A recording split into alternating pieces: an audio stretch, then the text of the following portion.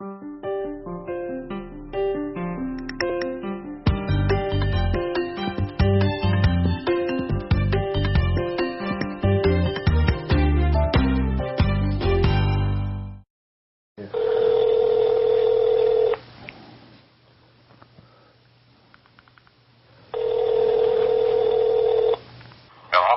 Dave. Hey, man. Hey, did you find that house okay? Yeah. Okay. Have you been there already then? Yeah, we're over here now. Okay. What do you think as far as like how long do you guys think it'll take to knock out? Oh, it'll be a little bit. There's big holes in the walls and the ceilings are falling in places. I saw the one hole in the wall by the stairs, and then I saw that ceiling, but I don't think there's a roof problem, is there? No, I don't see any leaks. It's just like a drop ceiling in the living room is falling. Part of it is. Okay. So, I mean, what are you thinking on as far as like, how many guys do you have over there? So I got 1, 2, 3. I got 5 guys. Oh, you do? Okay. Count me. Okay. And how long do you think it'll take then, or to knock it out? Do you think it'll be all day? No, I don't think we'll be all day, but we'll be probably the biggest part of it. Okay. All right. Well, I just want you to, I wanted to get a general idea on how long it'll take, and then I'll probably stop over there in a little bit and just walk through it with you and make sure that we're on the same scope of work. Okay. Yeah, the paint's not bad. The paint's all pretty good. Yeah, and the carpet was in pretty good shape too, I think. Yeah, it just needs. I need cleaned. Okay. All right, man. Sounds good. Well, I'll stop by in a little bit. Okay. All right. We'll see you. All right, bye. So that was one of my turnover crews, and they basically go in after the tenant moves out. These places aren't perfect after the tenant moves out, so we got to go back in and clean them up. And this particular house was the same tenants lived there for a long time, so it was a little bit more beat up than the average house. So he's over there. He was having trouble finding the house. I showed him. Gave him the right address. And he's over there now with 5 guys, turning it over, getting it ready so we can put it back up for rent. So I'm going to meet up with him a little bit later, walk through it with him, just make sure we're on the same page. He's really trustworthy. He just gets in there, knocks it out. He's got some good guys. He works 7 days a week, so he's got good pricing, good quality, and he knocks it out fast. So really can't ask for much more than that. He's only been working doing work for me for about a year now, but he's really good. One of the things that has allowed me to do so many deals is I've gotten good at building systems and delegating a lot of the average everyday stuff that goes along with buying and selling houses to my team members. So, I'm still involved. I like to, be aware of everything that's going on, but I literally buy and sell houses every month without being part of some of them at all. Other parts of it, I kind of like. My favorite part about real estate, the part of it that makes me the most excited is not really cashing the check like you might think it could be, but I like watching a house go from crap to nice. So I like stopping by. I don't have to. I literally have project managers that manage the entire rehabs all the way through, but it's one of the things that's fun for me to stop at a house and just check progress and throw out my ideas if I have a couple ideas on maybe changing the scope a little bit, and then just, watching it transform from, a crappy house to something that somebody's really loved to either rent or buy or whatever. For the most part, I get up in the morning and I usually open up my email. I check a few emails just to see if anything's really urgent that maybe came through the night before. But for the most part, I just go on. I check the local news websites just to see if there's any new job information, new companies, new buildings going up in town. Why do you do that? Just because it helps me understand where I own a lot of houses here in the Quad Cities. So I like to watch to see where the unemployment's going, and if there's a new employer moving in town that's doing a big development, that always keeps me abreast of hey, is the rent or the more people coming in for jobs, the more we're going to be able to get for rent. I don't want to fall behind when I'm asking for rent or I'm flipping houses.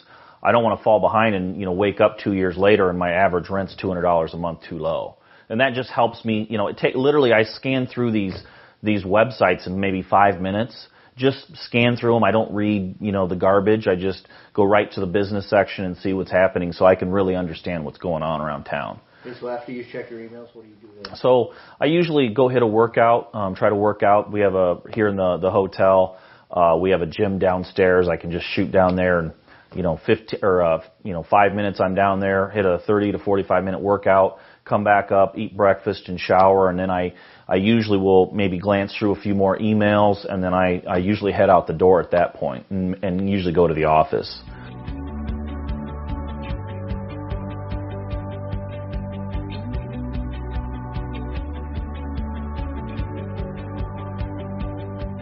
I was just at a point in life where, I was been working in a machine shop for a decade and, wasn't any further ahead 10 years later than when I started. So I started really looking around for something else that could maybe advance me a little faster. And, I discovered real estate, watching one of Dean's infomercials one night. And, at the time I was, living in a 300 square foot apartment, barely making it, had like $700 in my bank account,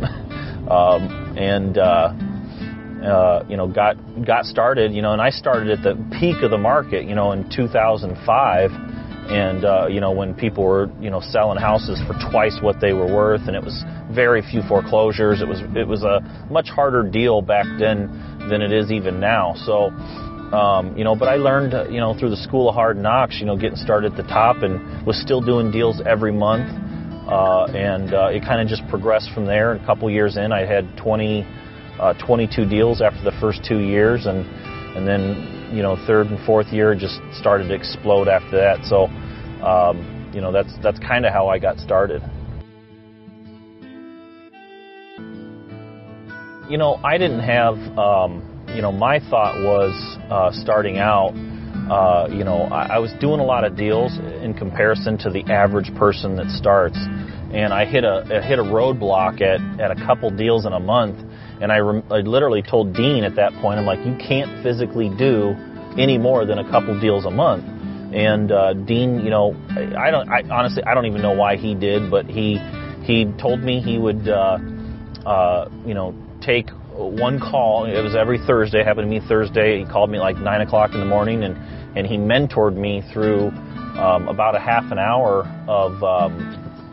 of just teaching me how to optimize my time and how to stretch an hour into, what seemed like 3-4 hours. And I was able to get a lot more done. And I literally, within a couple of months, went from a deal a month up to about, 4 or 5 deals a month. And then, of course, it's just kind of, exploded from there. And, it's, because he took that time to teach me how basically what it was time management and how to delegate a lot of the simple tasks that I was doing that, I was still doing myself, that I could hire somebody for $10 an hour to do the same exact thing. So those were some of the things that he taught me in order to really propel me up to that next level. My parents never, they didn't, they weren't college graduates. They never even attempted college.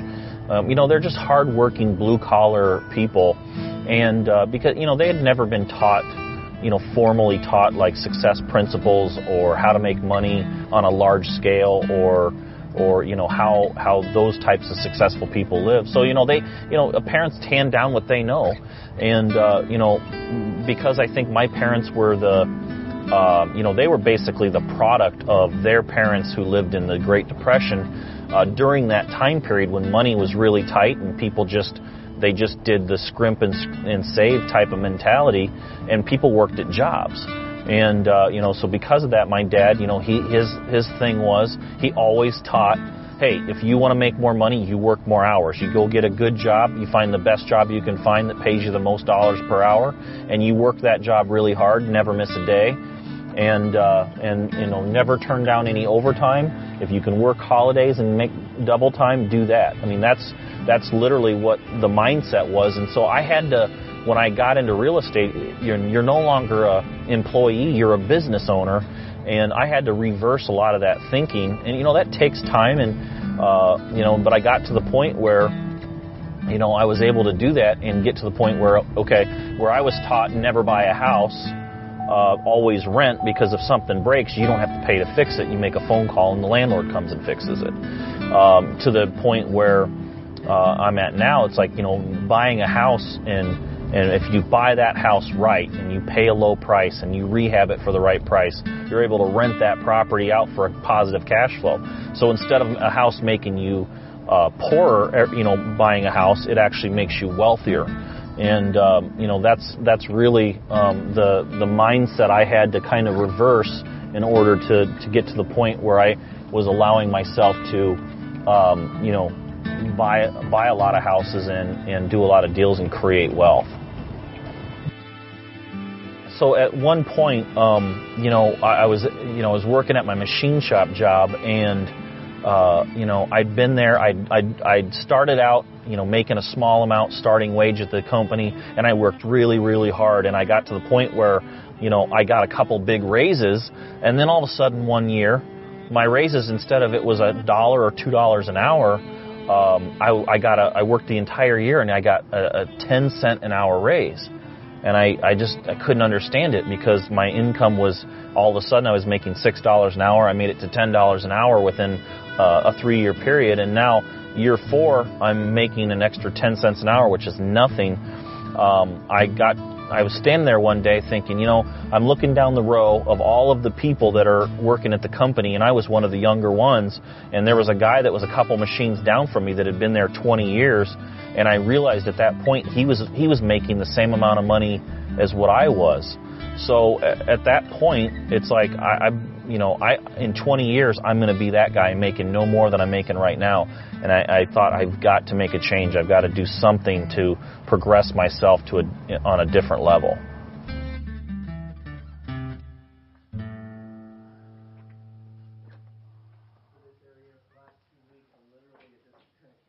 Yeah, he does. He's going to have our old office. Yeah.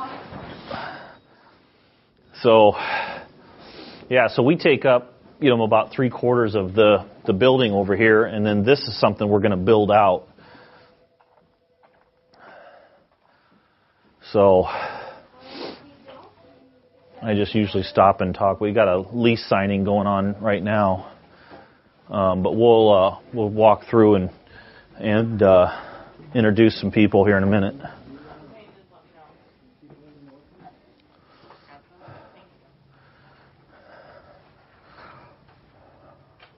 Morning.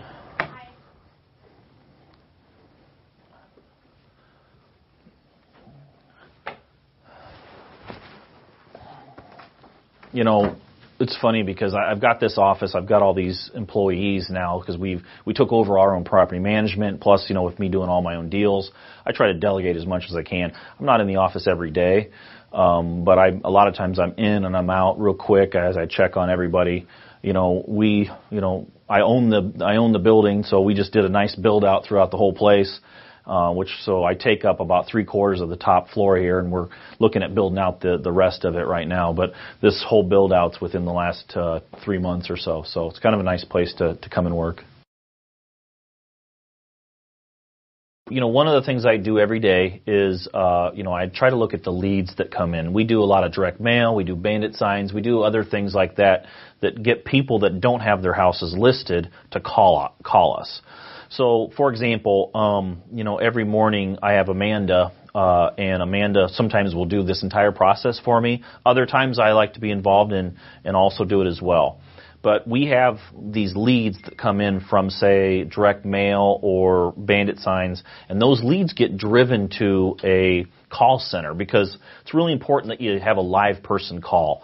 If a live person doesn't catch every phone call, you're only going to capture about 50% of those people for whatever reason. Sometimes they call the next bandit sign they see, somebody else contacts them, or they change their mind and, hey, I don't want to sell anymore. So we send the leads to an answering machine or an answering service. The answering service I personally use is called Answer One, and so it's kind of neat because Answer One has our lead sheet. So I created a lead sheet, the exact questions that I want to find out about a deal coming in. Well, we sent that lead sheet to Answer One, and in their computer system, that person calls in, they recognize the number, and then it goes through their service, and we have them fill out the lead sheet. And that helps us gather the information, and then we have to take it from there to see if it's a good deal. So, for example, I'm going through a lead that just came in. This particular lead came in a while ago, but the person got cold, meaning we were talking with him, and then he changed his mind. But we constantly are following up. Sometimes we'll call back the people every 30 days. Other times they just call us back. They change their mind again, and they want to sell the house. So, for example, there's a lead right here that came in. So Amanda usually does this for me. I can do this exact thing from a coffee shop if I want to go to Starbucks and get out of the office. But Who's Amanda? Amanda's my assistant.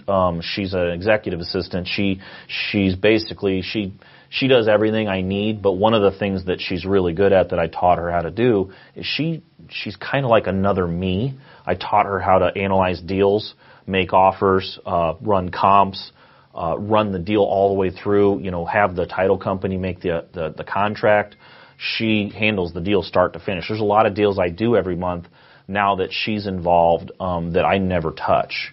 We buy it, we wholesale it, or we buy it and we flip it, and I get paid, but she did all the work. She's really good. I mean, and the funny thing is, I taught her how to do all this just by going through Dean's book. Literally, the 30 Days to Cash. That's how I trained her. I literally, she was so efficient, and she got so good at getting things done. She had an extra 20 hours a week. I gave her a 40-hour job. She put 40 hours into 20, and she needed extra things to do. So as I was teaching her, it came to me one day hey, why not have her do some of my real estate stuff? So I would first day I want to teach you how to find a real estate agent. I'd open the book up to the real estate section and say, just do what it says. She'd get the agent. I'd go to the second step. I'd say, all right, here's what I need you to do next. Read this chapter. And it progressed from there. And now, within a couple, 3 weeks of her doing that, she wholesaled two deals here in the Quad Cities that I made $5,000 a piece on, and she did the whole thing start to finish. And light bulb went off, and I realized at that point I didn't need to do the every detail anymore. So because of that, I have her go through most of these leads and make most of the offers. I still like to be involved. I like to stay sharp. So there's times when I just take over and say, give me a few to do. All right, so I'm getting ready to call a contractor. He just got to a house that we're going to flip, and he just wanted to know. It was in really good shape. It wasn't a foreclosure. He wanted to know what the scope of work's going to be and kind of had some questions. So I'm going to call him right now and try to get through some of his questions.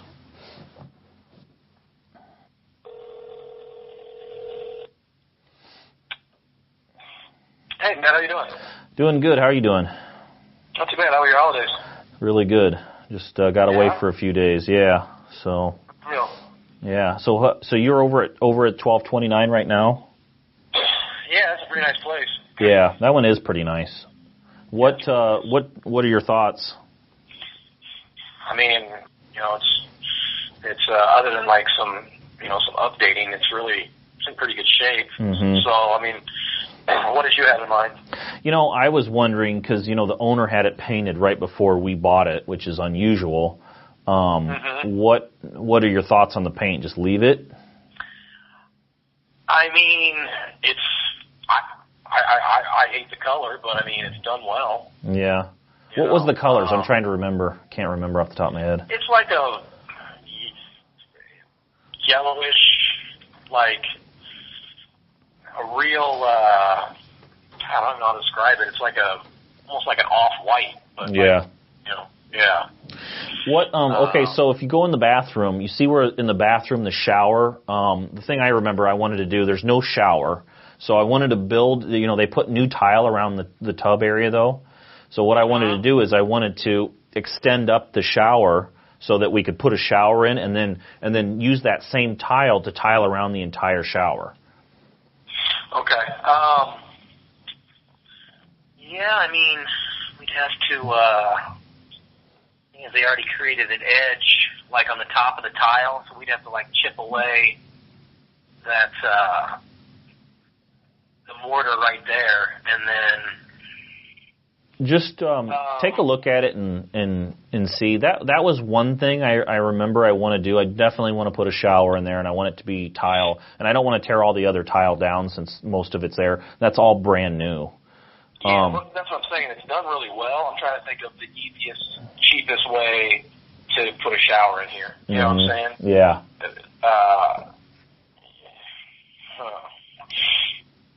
Think about that one. Yeah, and then if I remember right, the kitchen seemed outdated. If my mind serves me correctly, the kitchen. Yeah, the kitchen's ultra outdated. I mean, the cabinets are they're obviously they were built for this house. There's some sort of custom cabinets, but I mean the paint's good on them. What are you talking, like countertop and shit like that? Yeah, let's do the countertop, and let's okay. If the handles and stuff need to be replaced.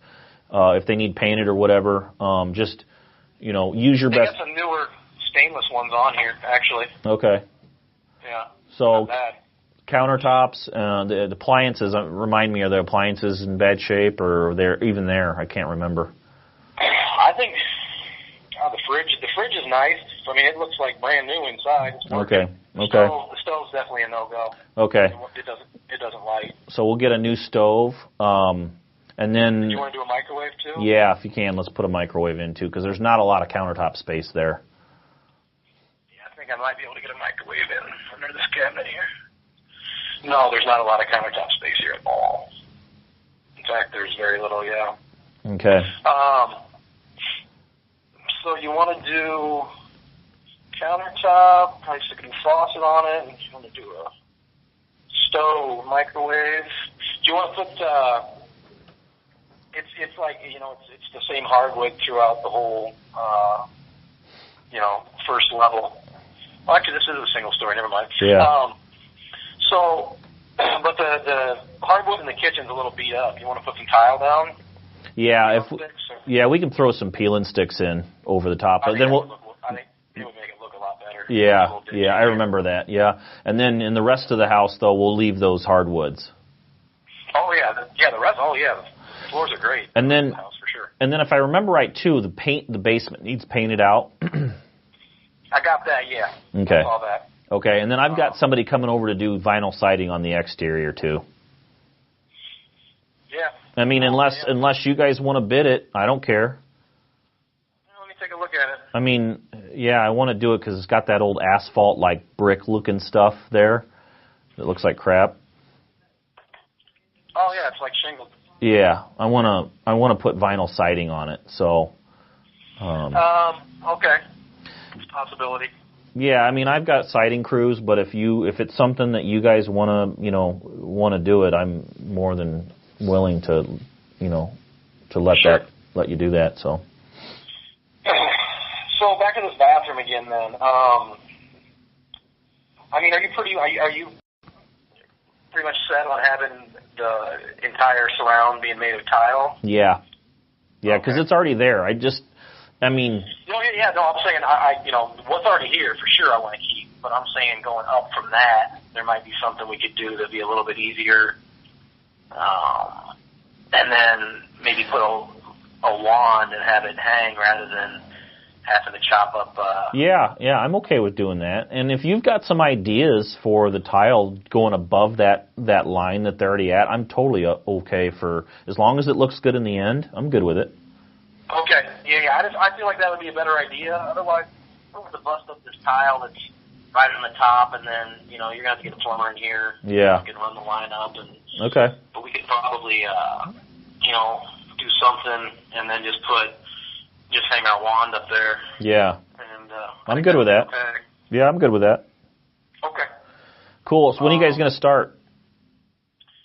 Well, I mean, I gave everybody the option of working today, and only like one person wanted to work. Okay. Okay.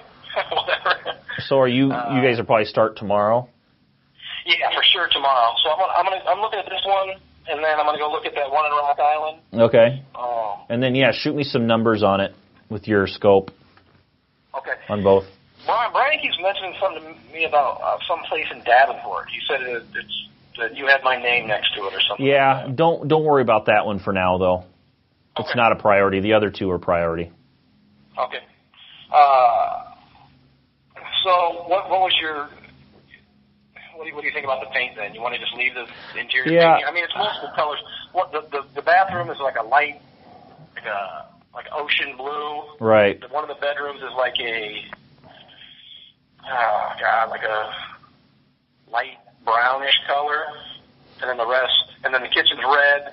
Yeah. The house is, I mean, it's so rare for me to not paint, but I talked to the owner on this house, and she spent $3,000 hiring some high-end painter to come in and paint the whole house. The only thing, that's totally cool. I mean, if you want to keep it. I'm just thinking that we could leave it. It's going to be a rental property, so we could leave it, and then as soon as the next tenant moves out, give it a fresh coat. You know. Yeah, I mean, I bet you could get 8 to 10 years out of this thing. Right. For sure. Right. So, all right, man, that's cool. Let's leave it. Will you have time to talk about the other one maybe when I get down there? Yeah, give me a call when you get to the other one, and if I'm close, I'll stop by. Okay, I'll probably be down there in like 20 minutes. All right, yeah, just call me because I won't be there by then. Okay. Cool, man. Yeah, bye. See ya. What's this scope of work? So, in order to get a good bid on something, if you have 3 or 4 contractors bid a house to rehab it, to get it ready to rent, whether it's a fix and flip, whatever, if you don't give them a scope of work on what exactly they're going to do, let's say, for example, you've got a house and you've got 3 contractors that come in and bid, and you just kind of have a conversation and you just say, hey, bid these houses. One person bids at 10, one person bids at 12,000, and one person bids at 15,000. Okay, to rehab this house, but you don't have a formal scope of work written down on a piece of paper that you sign that, hey, this is what you're going to do. You just say, hey, rehab this house, make it look nice. What happens is you get these 3 bids. One's at 10, one's at 12, one's at 15. Who are you going to award the job to? You're going to award the job to the guy with 12,000, right? Because it's the cheaper price. The problem is let's say that guy gets awarded the job, he comes in and rehabs the house, and you're like, hey, why didn't you put in new cabinetry? And he's like, well, that wasn't, part of my scope. And what you find out is the guy that was at 15,000 that had the higher price, he's putting in new cabinets, he's putting new countertops. His price might actually be cheaper when you consider everything he's doing to the house. And so several years ago, we started building these scopes of work for that reason. And then on top of that, every time, 3 people would bid, and I'd give them the scope of work and they would follow it, 3 people would bid, and somebody always was crying and complaining, hey, I didn't win that bid, and I'm going to do more to this house than the other guys. And they're like, well, no, not actually. You had the same scope of work. You bid the exact same scope of work that the next guy did. There's no such thing as you're going to do more. That's why I came up with that and why we use a scope of work. Otherwise, you just don't know what you're going to get. It's an agreement that this is what you're going to do to the house, and there's a price.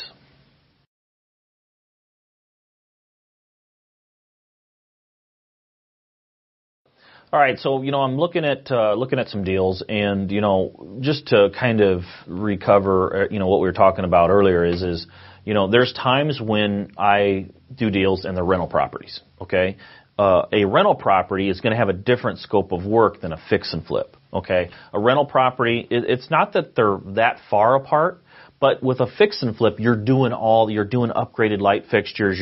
We tile the shower surrounds, we tile the kitchen floors, we tile the backsplash above the countertops, we tile the bathroom floors. We add tile to most fix and flips, 90% of them. Whereas a rental property, we don't necessarily do that. We might use peel and sticks in the kitchen floors and the bathrooms. And all a peel and stick is, for 89 cents at Lowe's, we have a specific, exact style we use every time. And, flooring is one of the things that get beat up the worst in a rental property. Just how it is. That's where all the wear and tear is. On a peel and stick in a bathroom, for 89 cents, you could take a heat gun, walk over to the bad one. Let's say one gets tore up a little bit, heat it up with a heat gun, pop it off, take your new 89-cent peel and stick, pull the back off, put the adhesive down, pop it back down, and you've got a new floor again. if you've got a one-sheet linoleum and somebody tears one of that, you've got to tear out the whole thing. You're talking maybe $800-900 in some cases to replace the whole floor when there's only one little bad spot. So that's some of the difference between, the scopes of work when we're talking rental property versus a fix and flip. I do probably 50-50 types of deals. I mean, we do a lot of rental properties. One of the things that I do is I also sell rental properties. So I'll have, I kind of invented a business model when the economy turned down and the prices of houses went really low. All of a sudden, single family homes were a good investment to get a good return. Where before, in 2005, a house that was, $100,000, let's say, and only rented for $700, there was no cash flow. Now all of a sudden you can buy that house for $35,000 and the rent's $900 a month. Now all of a sudden it's a good investment. So one of the things that I do is I buy these houses, I fix them up, I rent them out, and I'll sell them as rental properties. So that's also another style of flip that I do. But we do a variety. We wholesale, we fix and flip, we sell the turnkey rentals, and we do our own rental properties as well. So, there's several steps to a deal, finding out whether or not a deal is really a deal, or getting to a deal. You're marketing to get those leads to come in. You have to find houses to buy. So, we teach the 25-to-1. If you're going to, make offers on the MLS, but we also do a lot of our own marketing. We get those leads to come in. We take those leads, we analyze those leads. And then when you're analyzing that lead to find out if it's a deal, one of the biggest problems I see new investors make, their biggest mistakes are they're brand new, they're excited about real estate, they just learned how to do X, Y, and Z in real estate, and they get the first deal come in, they put out their bandit signs or whatever, they got a call, and that call comes in, and the mistake I see them make is they try to make every single deal work. And that's just not how it works. We know that it's a small percentage of the deals. You got to turn through a lot of deals to get to that one that really makes sense that's a home run. So I see that mistake a lot. So, for example, I'm looking at a deal right now that we got through a postcard, through direct mail. And as I was saying before, that lead comes in, and we send all of those calls to an answering service, because a live person answering the phone has 100% more chance of capturing that deal. Sometimes people will make a phone call, they want to sell their house, but an answering machine answers, what's the first thing to do? They hang up. They just, they don't take the time to follow through. So we have an answering service take every call. So this answering service has my lead sheet. Now this answering service asks every question on my lead sheet, and they fill it out, and they email that to us every single day. What's the lead sheet? The lead sheet is capturing all of the information about that house that's for sale from that motivated seller. What's the address, number of bedrooms, number of bathrooms, why are they selling, does it have a garage, how many square feet is it, year built, all that stuff. It helps us decide, glancing at the first initial look at the property, helps us decide if it's something worth moving forward or just walking away from. So, we've got this lead that came in. It's a house here in the Quad Cities. And first of all, I look at the address, and I know the Quad Cities well. I've done a lot of deals here. In the beginning, when you don't really know, you need to ask your realtor and have them help you with this. But it's in a really good location. So that already catches my attention. I like those good locations because I can rent those properties, I can flip those properties, I can wholesale those properties. Whereas sometimes in the higher crime areas, you can still do all those things, just a lot harder. So, I'm looking at the address. The address is good. It's only a 2-bedroom, which isn't ideal. We love 3s, but you can definitely wholesale 2-bedroom homes. It's a little smaller, but this area will generate, a lot of interest. And one of the things we ask on the lead sheet is what's your asking price? And this particular person, in this case, said $49,900. I know through experience, and, we'll teach in a second on how I know that, but I know through experience that's not a bad starting price, okay? one of the very next question we ask after we ask what your asking price is on the property, no matter what they say, the next question that we have on the lead sheet is that price flexible? And this particular person said yes. So we automatically know through asking that next question, when somebody says, I want $49,900 for this house, and then they say that price is flexible, that means they'll take less money. So we already know we can move them down from there. So I like the area, and the price isn't bad. Never seen the house yet. But the fact that they're flexible on price, I'm now more interested because now I can get it cheaper. Well, how much cheaper can I get it? That's the question. Well, the next question on the lead sheet is how much do you owe on the property? Well, if that person says, I owe $49,000, or I'm asking $49,900, and my price is flexible, and I owe $49,000, well, then how much can they really move down? Now they're going to have to write a check in order to sell the house if they go too low, and most sellers don't want to do that. I have had that happen many times, but most of the time it doesn't happen. This particular person said, I don't owe anything on the house. So you've got a house in a good location where the guy's starting out at a price that's pretty good, and he's flexible, and he doesn't owe anything on it. I mean, that's best case scenario. And that's what we market to. I mail to a list. You can buy a list. I mean, the direct mail and all that stuff is amazing because you can buy the exact list if you know what you're doing of who you want to get this mail. So one of the things we do is we mail to non-owner occupied homes. That means the owner doesn't live there. And also we mail to the people that we know doesn't have a mortgage. You can actually buy a list that list company that sells that list has verified through their own market research that there's no mortgage on that property. So it's kind of it's a great little system to know that if you know that somebody doesn't owe anything on a house and they're motivated enough to call your postcard, and then they're saying they're flexible on the price, how low can you really get that house? You can get it really cheap, and if they're in the right circumstances, and we do. So I know that there's no payment. It's a good price. This is something I'm interested in. Okay, so we also ask, what is your reason for selling? And this particular person said he's getting older and he can't handle the work anymore. He doesn't want to take care of the property. So that's a pretty motivated statement. If the person says reason for selling, if they say, I don't know, I just got your postcard and I want to see what you're willing to offer me. That's not a motivated seller, potentially. That's one of those, I'm kicking the tires, I got your marketing, I want to see what you give me for it. A lot of times that same person that says that won't even give an asking price. They'll say, no, you tell me what you'll pay me to buy it. So, we ask, what are the repairs that are needed? This particular guy said, it's cosmetic only, it's wear and tear, which is a good sign. Most of these sellers are pretty honest. If they say, hey, the roof's bad and leaking and there's holes in the walls and the carpet's destroyed, they'll pretty much tell you it needs a lot of work. This particular house, me never seeing it before, I know it just needs wear and tear. So I'm basically gonna just kind of write out some numbers here.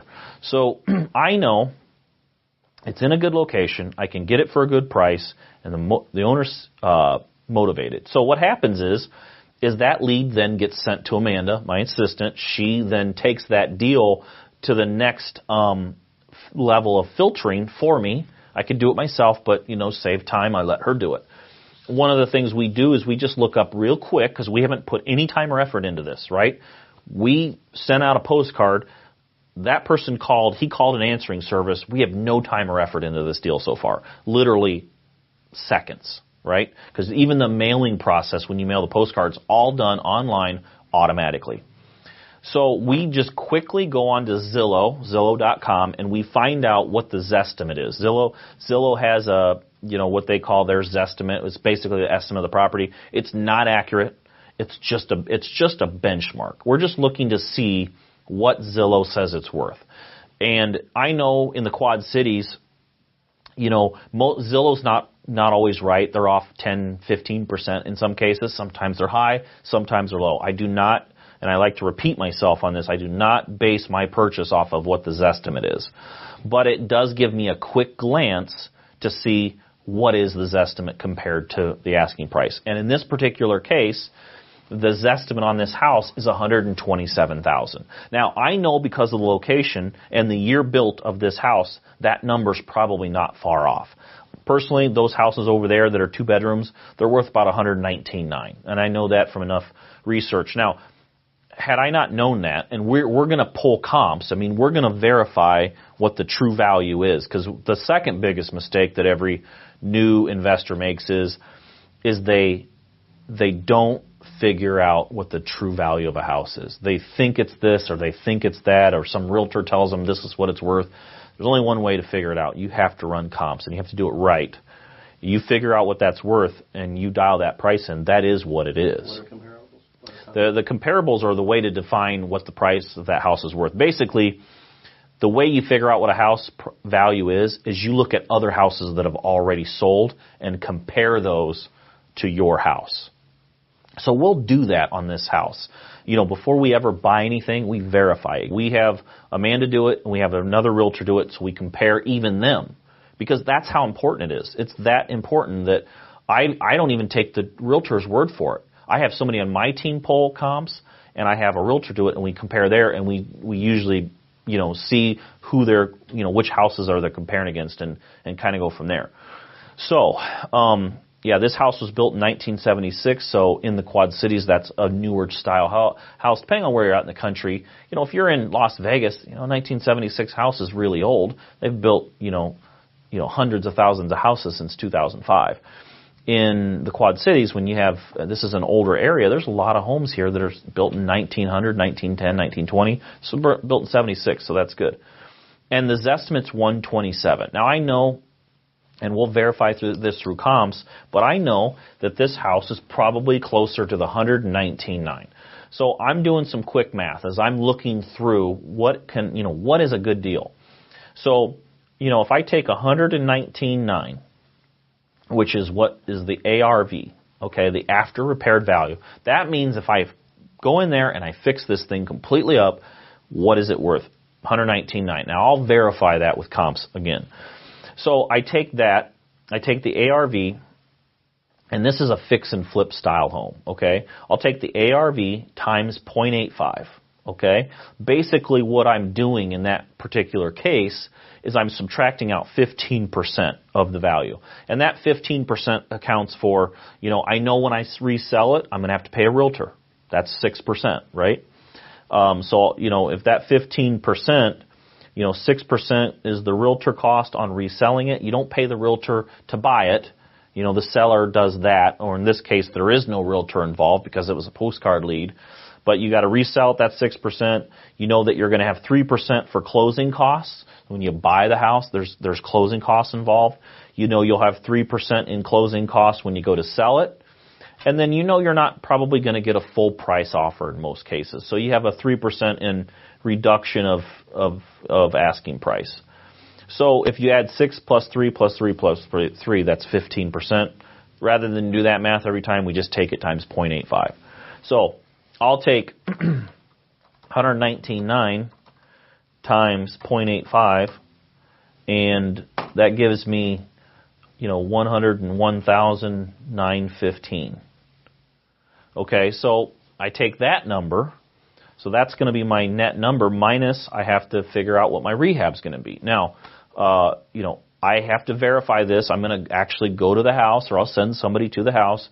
We'll get actual bids with a scope of work, and we'll get a price. Now we know, going through this, going through the lead sheet, that the square footage on this house is 750 square feet. That's what the owner told us. Okay, but when Amanda verifies all the information, we found out that the actual square footage was 935. Okay, so he's telling us, the owner told us, that it needed some cosmetic work. Now I know through my own rehab, and again, I'm just getting a quick number to see what we got, what we're working with. I know that I can take most any house that's not totally destroyed and take it times $15 a square foot, and that's going to be a good rehab number.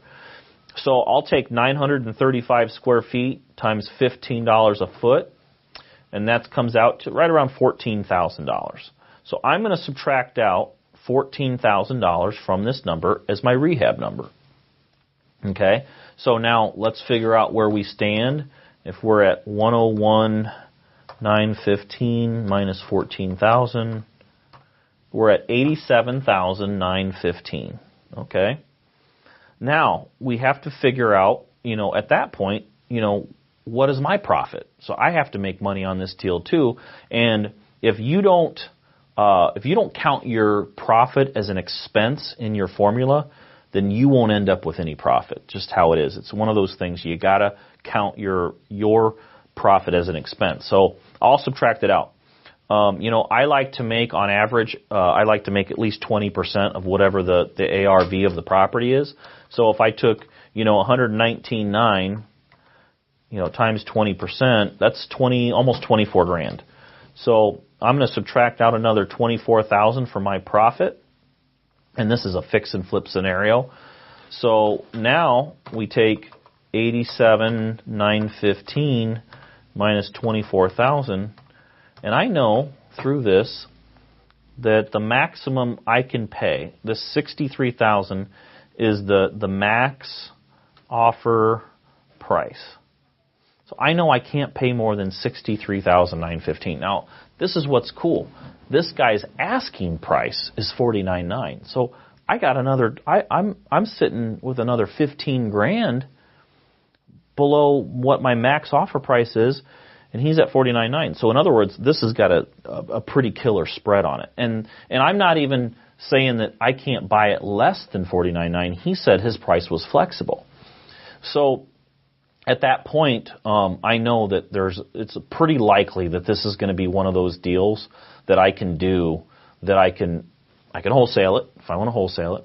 I could fix it up and rent it out for cash flow each month, or I can fix and flip it and make a pretty nice profit on it pretty fast.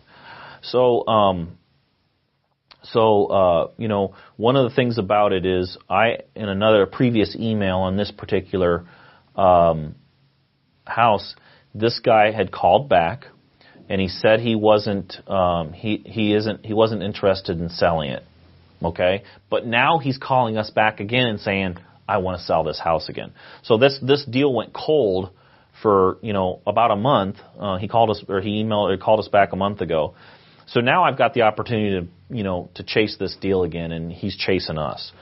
So what I'll probably do is when I call this guy, is I'll ask him, I'll reaffirm that he's at 49.9 for the house, and that I'll see if I can talk him down further from there. And that's that's really start to finish how I analyze a deal. Whether or not I'm going to, if I'm going to buy it or not. If I would have went through this whole process, and let's say for example the deal had a little bit different parameters and it was worth 119.9, and I took it times 0.85 and it was 101,915, and I put the rehab at 14 grand and I ended up at 87,915. I subtracted out my profit and it was 24,000. And I was left at a max offer price at 63,915, and this person owed 70,000 in that case. I wouldn't go any further at that point because I can't get it cheap enough in order to make it exciting. But that's literally how I look at a deal. We just do this every single day. As soon as a deal hits our plate, we run this same exact numbers. So what I'm doing is I got a lead here for a property in Davenport, and the area is not a bad area, and I want to, I'm kind of interested in the deal if I can get it for the right price. If I can't get it for the right price, obviously I'm not going to be interested in it. This particular seller, it's a 2-bedroom, 1-bath, so it's a 2-bedroom versus a 3. 935 square feet, built in 1940. He's asking $50,000. Okay, so I offered him $35,000 in October. Now he's calling back and he's asking $50 grand. So it's still not to the price where I need it to be at. I don't know. I mean, this guy's obviously probably not super motivated if he turned down the $50,000 before. So in order for me to make this to make this deal exciting, I need to get it a lot cheaper. So I think I'm going to call him and just see what, what I can do. Quick math on it is, as I go through, we know that the house is worth about $75,000. Okay, so if I take $75,000 times 0.85, grab my calculator real quick. 75,000 times 0.85 puts me at 63,750, and it's 935 square feet, and needs cosmetics. So I take 935 times 15. That's another 14 grand. So we'd be 63,750 minus 14,000. Puts me down to 49,750. Now, I need to make 20% profit, so 75,000 times 20%, 15 grand. And so that ends up putting me at 34,750. I offered this guy 35 grand. So that's the best, the absolute best I can do for this house is 35 grand. And I offered him 35,000 in October. He didn't take it. So I'm going to give this guy a call. He's calling back now. He's saying 50 grand. The only thing I can do is call him and see what he'll do. So let's do that right now here.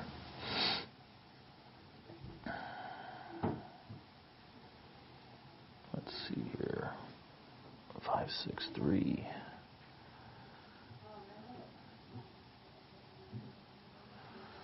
All right.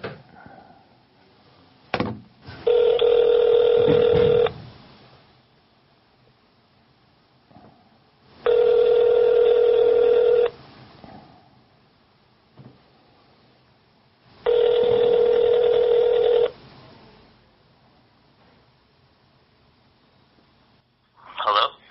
Hey, this is Matt Larson calling you back regarding the house you have for sale. Oh yeah, how's it going? Going good. Hey, I just wanted to get back with you. I know we talked about a month ago, and you were kicking around selling, and then you decided not to, and we talked again, and you're ready to sell.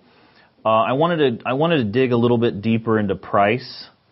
You're asking $49,900 for the property. And the biggest thing as I'm reviewing, I went through this entire deal. I ran my comps. I know what this what I'm going to be into this deal for. The biggest thing is we're in wintertime. Houses aren't selling as fast. I'm going to have to hold this property longer in order to sell it and make a decent profit. Like I told you before, I'm an investor. The whole point behind this is the numbers have to work. They have to work for me, and they have to work for you. So, you're at 49.9. The challenge is I can go down the street and buy, foreclosures right now for about 35 grand. So, right now with the numbers I need to be at for rehab and for purchasing it, I'm at 35,000 for the house. Okay. I wasn't really expecting this. I'm gonna need some time to think it over. Can I call you back later today? Yeah, that's fine. Go ahead, and I should be available most of the day. So if you want, just you got my number. If you want, just give me a ring back. Okay, sounds good, Matt. I'll call you back. Thanks. Bye. The biggest thing is one of the things I did there was I made sure a lot of times when people call. They don't realize that there's competition. And there is competition. They're competing against, I'm going to buy X amount of houses this month. Whether I buy it from him or a foreclosure or whatever, I'm going to buy the deals that I can get the best price on. So I think a lot of times people they're almost they're caught by surprise. They don't realize they're competing against somebody else. They just had the house and they were hoping to sell it and get a certain price. But by me saying, the key phrase I always say is, the challenge is that you're competing against the other foreclosures. I can go down the street and buy a foreclosure for 35 grand. So think about that. Now that hits them hard. Why would I pay, 40,000 or 45,000 for a house when I can go around the corner and get one for 35 that's in foreclosure? So all of a sudden it hits them that, okay, I didn't realize that. And it catches them by surprise. He'll probably call me back later. Usually how it happens, they call me back later, sometimes in 10 minutes, sometimes the next day, sometimes later in the day. But I usually get the price. I know a couple things. He doesn't owe anything on the house. He's motivated to sell. He wants to be rid of it, okay? And $35,000 is not that much further below his asking price. Now I know, according to my numbers, that it's a home run if I get it at $35,000. I know I can pay him full asking price and still make the deal work. My job is to get it as cheap as I can. My name is Amanda. I'm Matt's executive assistant, and I do everything from booking his travel to lowering his insurance cost. Most of my time is actually spent doing real estate. So I do everything from start to finish, whether it's finding the deals through for sell-by-owner techniques like direct mail. I call the seller once we get the leads and fill out the real estate lead sheet. And then if it's a property that we want to make an offer on, I call the seller back and negotiate the offer. And once we have an accepted offer, I fill out all of the information and send it to our title company or attorney that puts together the agreement for us.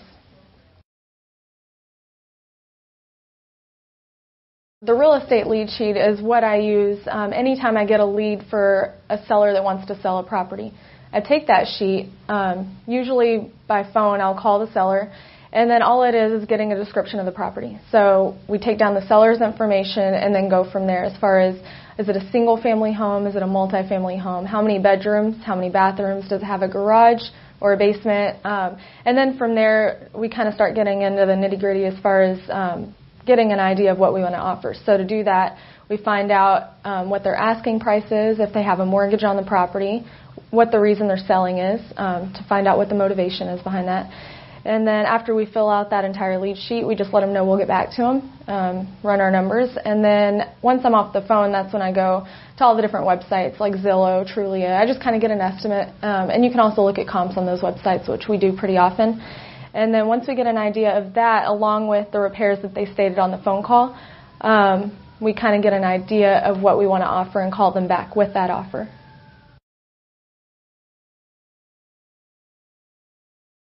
Basically, when we're talking to the seller, the price is what we're going to negotiate. The earnest money we don't really talk about with the seller. We usually put $1 in for earnest money. That's what we use for sell-by owners. And then for the seller's name, we usually ask them, obviously, who has the title. So if it's their name or somebody else's name, and we can always look that up on the county website as well. And then our entity or our name, however we plan to purchase the property. We also note that. The address of the property, how you plan to finance. So if it's going to be a cash deal, you want to make sure you put cash. If you're going to finance through a bank, you want to put that as well. Closing date, we usually put 30 to 45 days out, depending on, if it's a loan or if it's going to be a cash deal. And then let's see, possession after closing. We usually don't put anything there, but possession takes place after closing for us. Condition of premises. Most of these deals we want to put as is because we're buying the property as is. One of the most important things that you can put in a contract, and we always make sure this is in there, is the inspections. So we always write up a 14-day whole house inspection contingency. And basically that just protects us. So if we want to walk for any reason, if there's something majorly wrong with the property, we can back out and get our earnest money back. Or if, you want to wholesale the property and you just didn't find a buyer for it and want to back out, there's no penalty to do that. So we always make sure the inspections are in there. And then that's basically the main parts of the agreement. Once we have those terms, we'll put that together in an email, and that's when we send it to our title company or attorney. And usually the attorney is the one that writes up the agreement. So. And how many deals on average do you do for Matt every month? Just really depends. It changes every month. So I don't know how many he did last month because we have multiple entities in different areas. But right now in the Quad Cities, I would say we're between 20 to about 30 right now on average. Per month right now. Wow. But like last month, I think was a little bit better than this month right now. So it just changes. I'd have to double check that, obviously. When I first started for Matt, I didn't have any idea of real estate. I didn't own my own home. I had never worked with a realtor. And then once I started working for him, I was doing the little everyday tasks such as getting his coffee, like I said, filing. And then he started handing over piece by piece little things that he'd have me do, like calling back sellers and negotiating offers. And he started me showing a lot of his tricks that he teaches now, and eventually he just handed off the whole thing to me, and I do pretty much everything from start to finish now. I'd say if you don't know anything about real estate, it's very intimidating at first. I know even when I first started making calls, I was really nervous. I know a lot of people don't like to talk on the phone, and I'm one of them. I hate when people listen to me talk on the phone, even to this day. But I have gotten a lot more comfortable when it comes to actually negotiating the offers. And I know the process now. I've learned the process. So that makes everything just a lot more comfortable when it comes to talking to the sellers because you actually know what to say. So. And how do you know? Because well, I know what to say now, and I know the process because Matt's taught me. So I don't know. All right, so hey, I wanted to get with you on a couple things going on. One, I caught a conversation earlier with some of the other girls regarding our maintenance expenses. We talked about that last week. Mm-hmm. So Aiden, he does a great job for us. He's always there. He's polite. He does it right. But the issue is he's charging us a ton of money for these maintenance calls. So what I need you to do is I need you to get with Emma and have Aiden come in and just tell him, hey, we're happy with the work you're doing, mm-hmm. and we're happy to continue to give you a ton of work, but your pricing's too high. Like, for example, he charges $50 just to go look at a house, but he never did any work. Like, he was just assessing what was needing done. Okay. So, that just doesn't fly. We can't be getting nickeled and dimed like that. Right. So I want you to call him in and literally you and Emma can sit in with him and just let him know that he's got to figure out a way to make it so it's a win-win for us. Right. We can't be paying him this much. He's definitely killing it. Also, too, I need the lease renewals for the end of January. Right. Can you verify? So I sent you that email. I went back and looked at the houses that we've got renewing, and some of them we're not really making much on. Mm-hmm. So I gave you those new prices, mm-hmm. but I didn't know if I caught you in time before you sent out the letters. Right. So can you go back through and verify that and then let me know what you came up with? I'll send you the updated sheet. Okay, cool. And then the last thing, too, is I need an updated vacancy list. So could you update that today, mm-hmm. and then make sure that Jenna gets it so that and Madeline, because I noticed yesterday, I think they were potentially booking stuff that's already leased. Okay. So I just don't want to waste a bunch of time. So if you could update that list and then send it to me, too, so that I want to go through it. I've got some more turnovers we're about ready to finish that we'll be adding to it. Awesome. So, sound good? Yep, sounds good. All right, cool, thanks. Yep. Okay, so now we're heading over to a property I got that's going to be a rental property. We got it through a postcard, through direct mail. The seller responded to, and we were able to make a good deal on it. It needed a lot of work, so we're going to see it about halfway through the rehab process. There's still a lot of work left, but it's going to be a great rental property when we get done with it. So let's go check it out.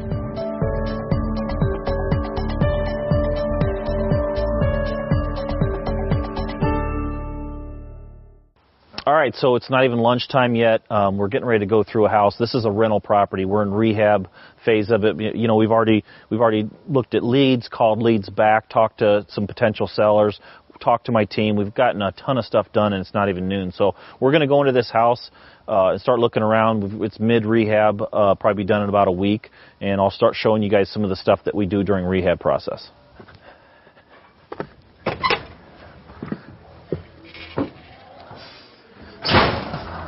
So what we have here is we've got this is a pretty extensive rehab. This lead was bought from a postcard lead. We mailed all this list for postcards. This lead was one of those leads. This one had a lot more rehab to do than normal. We had a lot of drywall repairs. They had gutted it to the studs in some cases. So this is a lot more extensive than a normal rehab. But we got it for such a low price that it made sense to put extra money into the rehab and still have, this is a rental, this will cash flow over $300 a month, and there will be an equity of about $20,000 to $25,000 in this property when it's done.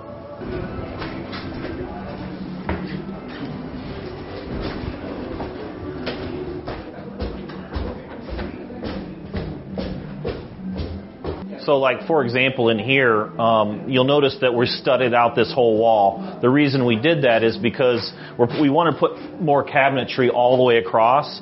This doorway used to go into, like, a little pantry. And in order to put cabinets all the way across, we had to cover this door up. We've got another entrance on the other side anyway, and now new cabinets will actually go through this whole wall, and then there'll be uppers and lowers, new countertops. But because of this bump out right here where the chimney's at, that's why we had to create the wall and back up the whole thing so it was nice and even. Leave the window. It's fine that there's a window, but stud this out and just put a small door in here so we can put a closet rod up and actually have a closet in this room too. Since there's no closet, we have to have a closet in order to call a bedroom. Right. It fits perfectly in this little nook right there.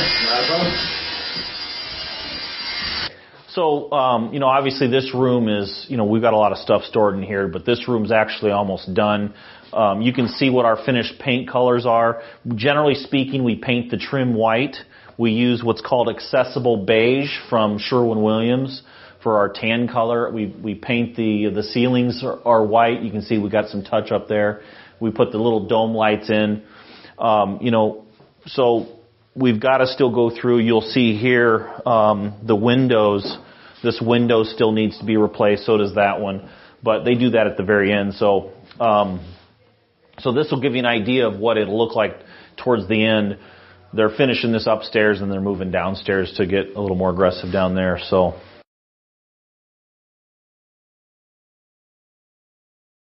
This one was probably closer to an 8, I'd say, or a 9, because there was so much drywall missing. I mean, basically what happened, this was a postcard lead. The owner bought the property to flip. Him and his son were going to flip it. They started tearing out all this drywall, and so we had exposed lath in a lot of this house, where we had to go in and start fresh with drywall. So this particular seller was just motivated to sell, got in, didn't want to finish the project. We ended up buying it, and now we're finishing it up and basically making a rental property. So in this particular bedroom, you can see there's a lot of new drywall, and that's because this closet didn't exist. There basically wasn't a closet. In a rental property, you have to have a closet in order to call it a bedroom. So, you'll see where they've built these walls, and we're able to use one of the old doors, but they'll go in and cover up all the plumbing, put a little, basically a trap door there so they can get in and out of the plumbing if they need to fix anything, and they'll throw paint all this out and throw a closet rod in. But that's just one thing we find ourselves having to do a lot is building closets, because a lot of these old homes didn't have closets. So we're doing that in this room, and then there's another bedroom where we're putting a closet in as well.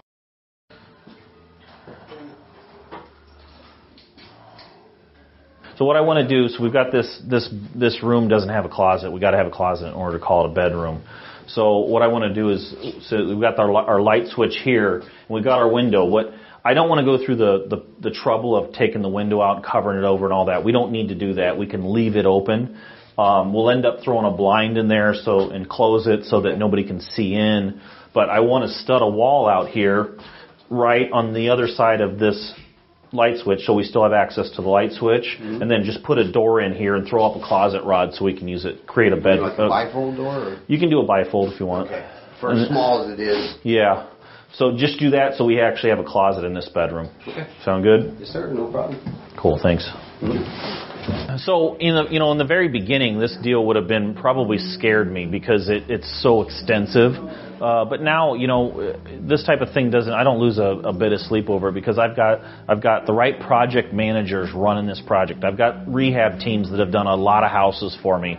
I stop by here once every, 3-4 days, mainly because it's so close to my office. We're only a few blocks away. So it's easy to stop by and see, but I don't really stress over it. These guys know what they're doing. This project will be finished next week, and this house will be amazing. We've created a lot of value.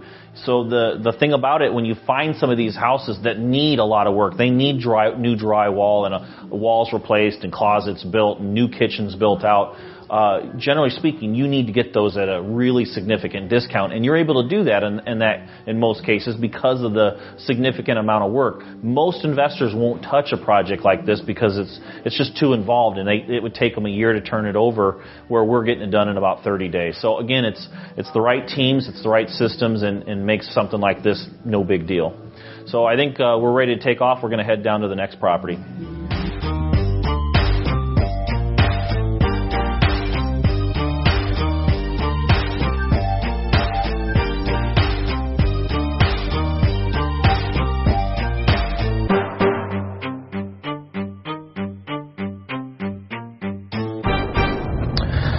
You know, one of the biggest things, when you first get started, you start building your team. But when you really start doing a lot of deals, you're not only building a team, but you're building a system.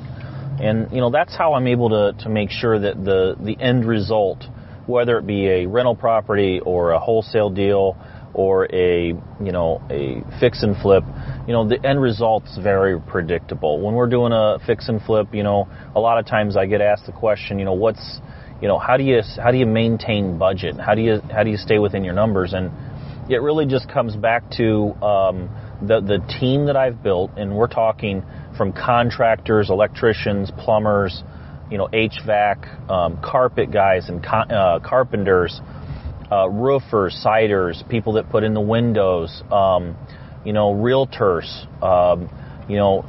title companies and attorneys. You start building this system, and it becomes very predictable on how you end up. The other thing is, along with those systems, you have formulas that you use to figure out the numbers. And when you follow those formulas, you make sure that when you're predicting a profit of, say, $20,000, that really comes to life. We're pretty good at, because we stay very strict to the process and very strict to the systems that we've built.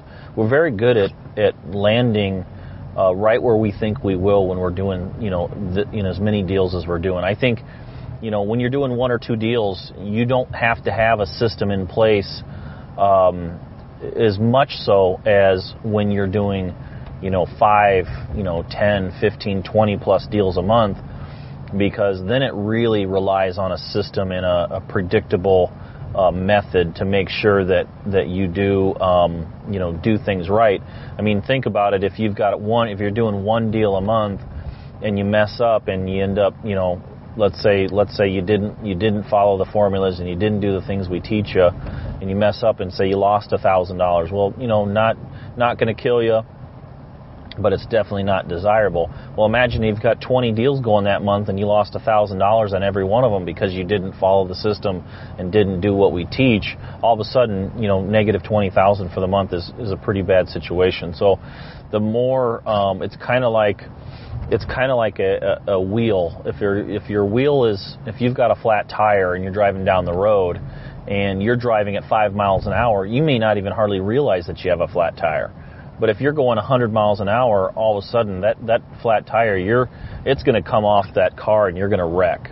So that's why the faster you go, the more important it is to make sure you follow the system and the processes that we've built and put in place, so that you don't make any mistakes. Give an example of the carpet, the paint. We don't have to be designers. We don't have to reinvent the wheel. We have the same exact paint that for every single house. We use the same colors. We have the same carpeting. We have the same appliances. We have, the same countertops. It's a very predictable system, so that we never have to stop and think, about what we're going to do next. And time is money. And the second thing is those we can negotiate to get those supplies at a cheaper price when you're buying in bulk, or you even to the point where you're buying those materials, exactly what they cost every month. Even if you weren't getting a discount, right where you'd need to be, or what you're going to spend to buy those materials. So that's all part of that system. It's an important part of it.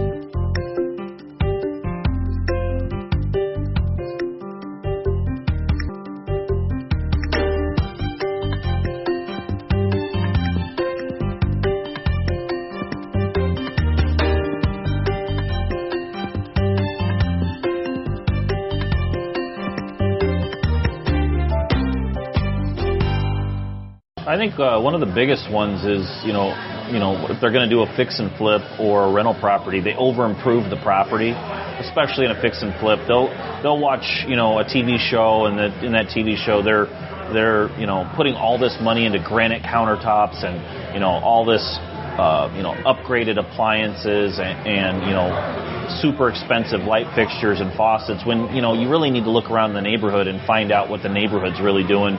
You can overspend, basically, is what I'm getting at. That's one of the biggest things. At the end of the day, the average, fix and flip, when you do that, you end up selling the property and you don't make any money.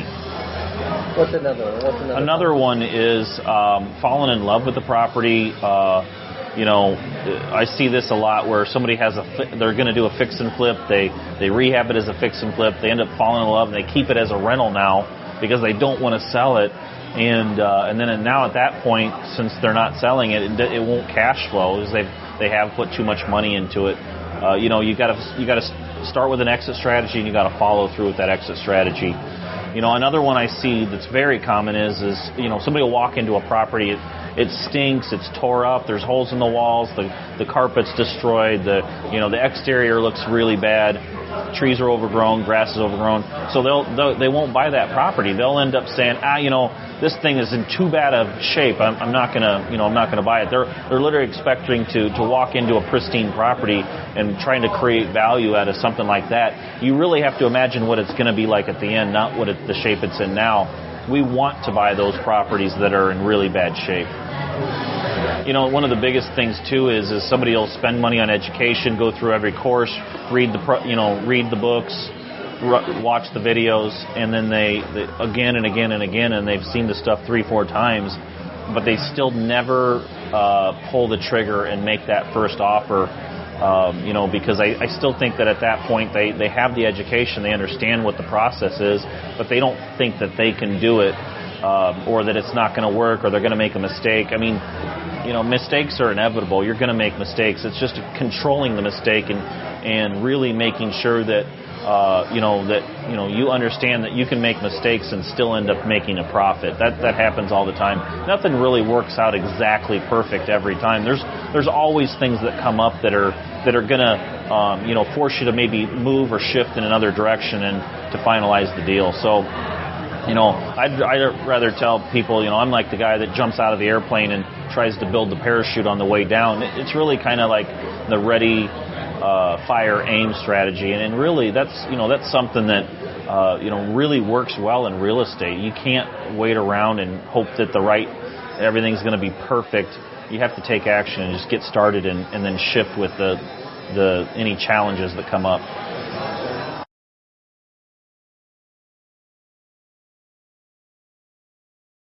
So a lot of times the first thing that you need to do to get started, let me just kind of shift that.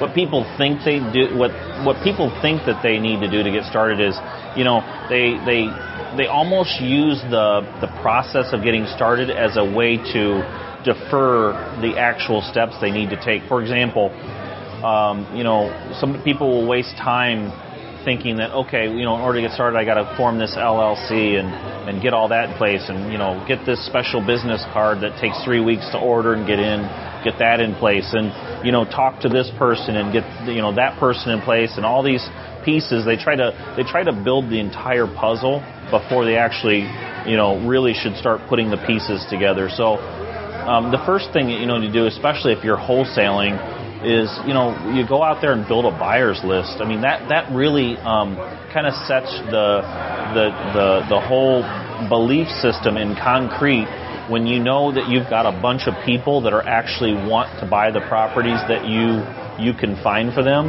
That sets your belief up in concrete that go out and actually take the steps to go do it and start making offers so that you can start getting deals, or starting your bandit sign so that you can start bringing leads in.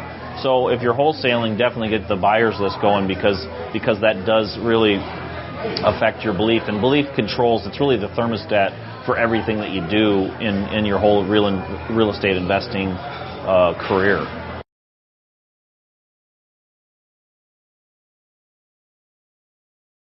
the easiest way to get your buyers list built is through bandit signs. I mean, we'll take a bandit sign, we'll write out, cheap house or 3-1 ranch, $29,000, cash only, owner desperate. You can do something like in a phone number. You do something like that. Put out 25 signs. You'll get 150 phone calls on average in a 7-day period or less. That's. What do you do when they call? And when you call, we've got our lead sheet. We're buyer's lead sheet. You'll start filling out that lead sheet so you can literally start logging every single buyer, and you find out what you're doing through that lead sheet is finding out what exactly that buyer wants, so that when you do get a house under contract or you're negotiating on a deal, you can literally take that deal and say, you know what, Bob Smith, he wanted a 3-1 ranch in Moline, and he was willing to pay $35,000 for that house. I got one here now that I got under contract for $29. It's perfect for him. And then you can start shooting those deals over to those buyers and start selling houses.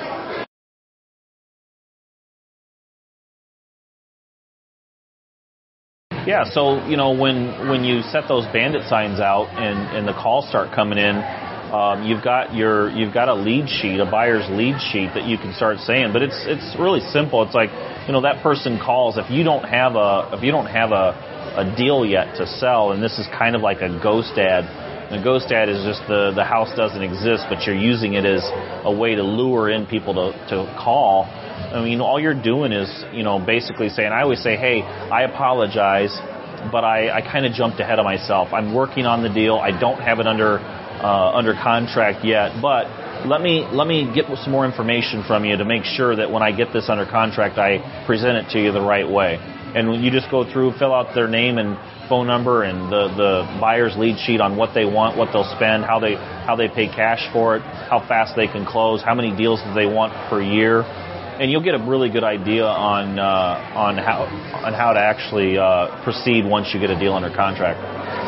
Yeah, so one of the biggest things people ask me, they get all excited about doing real estate, and they love the aspect of the houses and buying and selling. And one of the first questions they ask is, hey, I've got this house. I made a bandit sign. I've got some buyers. I just made some more bandit signs. I got some leads coming in for buying a house. I don't know what to do because I think I can buy this house for $20,000. It's worth $80,000, but I don't have $20,000. How do I buy that property? And that was the same thing that I went through when I first started. I had no money to get started either. But that's the greatest part about real estate and the greatest part about wholesaling is you don't have to have the money. You can literally do the entire transaction with whatever the cost of the earnest money is. And I've proven time and time again for years, I think it's going on 7 or 8 years now, that I haven't put up more than $1 earnest money for a for sale by owner property that I find through my own marketing.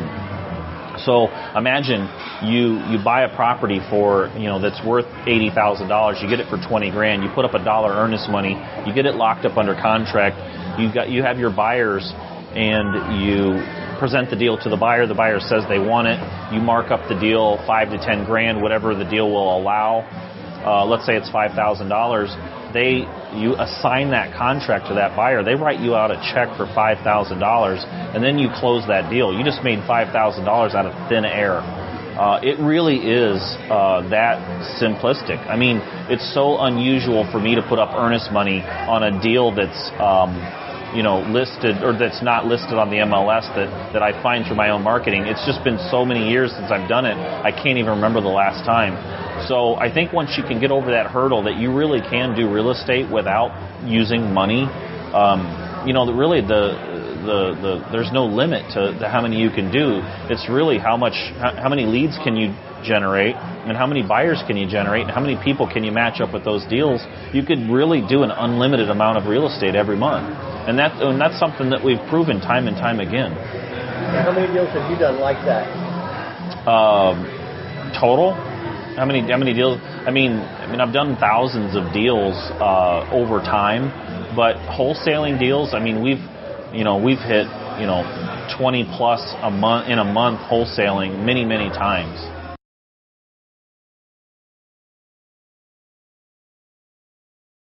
So I always tell everybody, if you want to get started, the cheapest way to find unlisted houses that nobody else can find, that they're not listed with with a realtor, they're not on the MLS, is the very first thing to do is start by writing out bandit signs. Bandit signs simply, we buy houses, any condition, and a phone number. We use Google Voice, so literally the phone number is unlisted, it's unsearchable. Those signs, you put up 25 signs in busy intersections around your area, and you will get phone calls. You will get really good deals from those. I still run bandit signs even to this day. I've been running them for a decade, and they still work. We still get deals from them. And the crazy part is there's other people that are my competition that are running bandit signs in the area too. I can have my sign right next to somebody's, and if somebody else gets that call, it's still possible. There's still, not every single person's going to see every single sign. You can have signs all over the place, and different investors and different wholesalers, and still pull leads from your signs. What's another way? Another one of my favorite ways is direct mail. Direct mail works really well for unlisted deals. We send out a little postcard. We do a few hundred a week. It's a couple $100. I mean, you really don't have to spend a lot of money to generate these leads. And those are deals that are not listed. That the list we mail to, there's no mortgage on the house, so that it's owned free and clear. The seller's motivated. He doesn't live there. The house is vacant. I mean, it's the perfect best case scenario for finding and getting a deal really cheap. We still run the 25-to-1, which is just making offers off the MLS. That's a free way to make offers. You can make an offer on the MLS that doesn't cost you a thing. Once the house goes under contract, they're going to ask for an earnest money check on a realtor-based property through the MLS you'll spend more money. You're going to spend $250, $500, $1,000 with earnest money to do those types of deals. But it is free. It doesn't cost anything. You can literally find a realtor today and make offers today. That's how quick it can be. So that's another way we get a lot of deals as well. Is that pretty much where all your deals come from? I would say that 90% of the deals come from that direction. Another thing that we do is we'll contact other wholesalers. You'll be driving down the road. You'll see a We Buy Houses sign. You call that We Buy Houses sign. Let's say you're totally lazy. You don't want to put up a single penny for advertising or a penny for even earnest money. You don't want to talk to any sellers. You just have to call some of those We Buy Houses signs, and instead of, they're expecting somebody to call that has a house for sale, right? Well, instead of doing that, you can get on the phone and just say, hey, I saw you that you've got a We Buy Houses sign. I'm just curious, do you have any houses for sale? And they're always going to have houses for sale because those signs work and they generate leads. So what you're going to do at that point is now that wholesaler is wholesaling that deal to you. You don't pay him until it closes. You've put up no money for earnest money. You've put up no money for any advertising. Now that wholesaler, what you've done at that point is you've searched for buyers.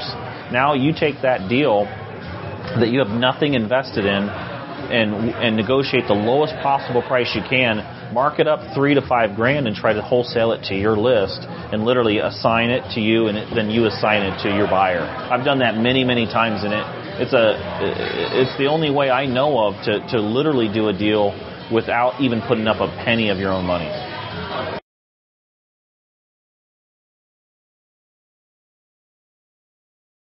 So one of the best ways to sell houses really fast, I know a lot of people, new students especially, get concerned because they're like, hey, I got this house and I've got to hurry and I only got 14 days to get it sold, and they get nervous. And one of the best ways is just you want to build your buyers list. Imagine you have a house and you only have one potential person that potentially could buy that house. And if they don't like it, you're going to waste a lot of time. What if you built that list to 200 people? Now you got 200 people that want that house.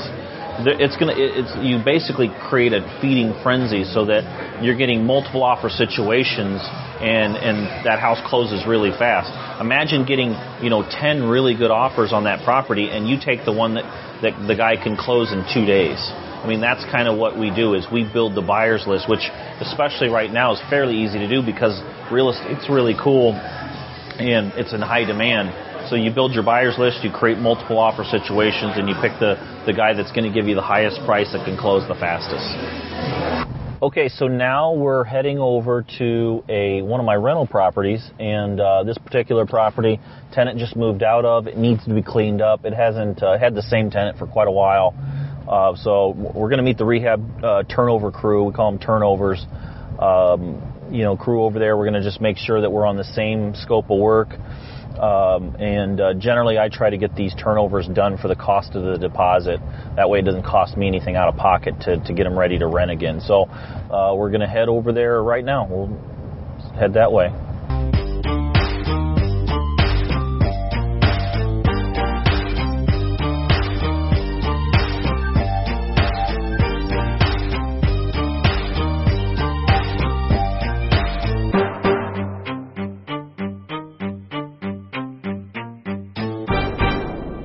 So we're at one of my rental properties. The tenant moved out. This tenant had lived in this property, I think, maybe 3+ years. So the turnover crew's here. They're going in, touching up paint. The carpets will get cleaned. They're changing outlets where need to be changed. Changing blinds that got broken, fixing any flooring and the peel and stick for the kitchen and bathrooms that needs to be done. Doorknobs, and they're checking every window, and it's just we have a punch list that we do to make sure that everything gets done right. You're putting up blinds right now? Yeah. Okay, so what he's got going is we had some new blinds getting put up. We've got a new blind going up on this window. So we all good with the faucets working okay and everything? Yeah, water's running. That all works. I believe gas is running. So, some of the other things we do is we check to make sure none of the pipes leak and all that stuff. So it looks like the kitchen should be a fairly quick turnover on getting it ready. So looks good. So Dave, on this paint where you guys have touched up, when that dries, will that actually blend in and be the same match? Yeah, we've been over it 2 or 3 times, and it's all matched up. Okay. Any other issues that you've run into that you need any questions you got for me on anything? The carpet downstairs, I was going to call you and see if you wanted that stretched out. It's pretty loose. Okay, yeah, I noticed that. Why don't we go ahead and have that done? Any other anything else going on in here that we need to know about? No, everything's pretty good. We put new floor down in here. Okay, so you're just going over the old stuff, putting the new floor in? Yeah, you see how it's gap, man. Yep. Yep. In the kitchen, we heated up a bunch of them, took them up, and then went down there. Okay. All right. So touching up this room. Are you guys thinking you'll be able to wrap this up today? Yeah. Yeah, unless you want to do something here. This is all glued on plaster. I'm looking at this right here. It's a little bit.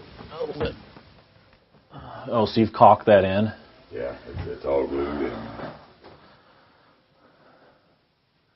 I guess we're going to have to see what it looks like when it dries. I'm almost wondering, too, since we don't want to redo this thing, I'm almost wondering if we want to just caulk in a little bit there and make it blend a little bit better. Yeah. Is that a new light? No, we're just changing all the bulbs. Okay. All right. All the mini blinds. All the screens is good. Yep. The biggest thing, too, is if we put too much money into these things and take too long, it's just a rental property. We're not going to get it back. This isn't a retail flip, so it's just a rental, so we don't have to go overboard. If we were flipping this house and selling it retail, we would probably go in and even on stuff like this, we would probably put new in and make it really nice. But since this is just a rental, I think everything you're doing is right on point. Yeah, we went around and caulked the windows and everything, made sure everything was sealed up. Okay, good. Tighten all the plugs up. All right, cool. I think it'll look good. We'll just have to get in there and we'll stretch the carpet downstairs and make sure the carpets get cleaned real good here, and we should be good to go. All right. Well, we'll be back in touch then. Sounds good. All right. Cool.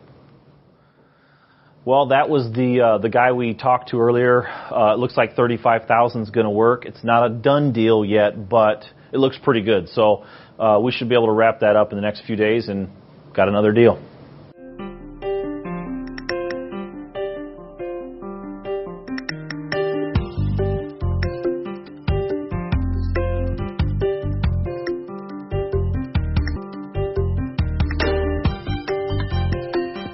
All right, so this house behind me, we got it under contract. I think the numbers are going to work. I just want to go check out the house and see what the rehab numbers are going to come out at.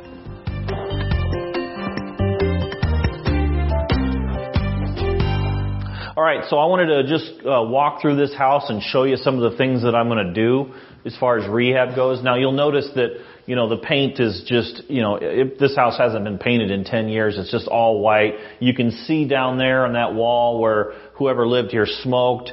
There's smoke stains wherever there's pictures. So we're going to go through and, take stuff off the walls.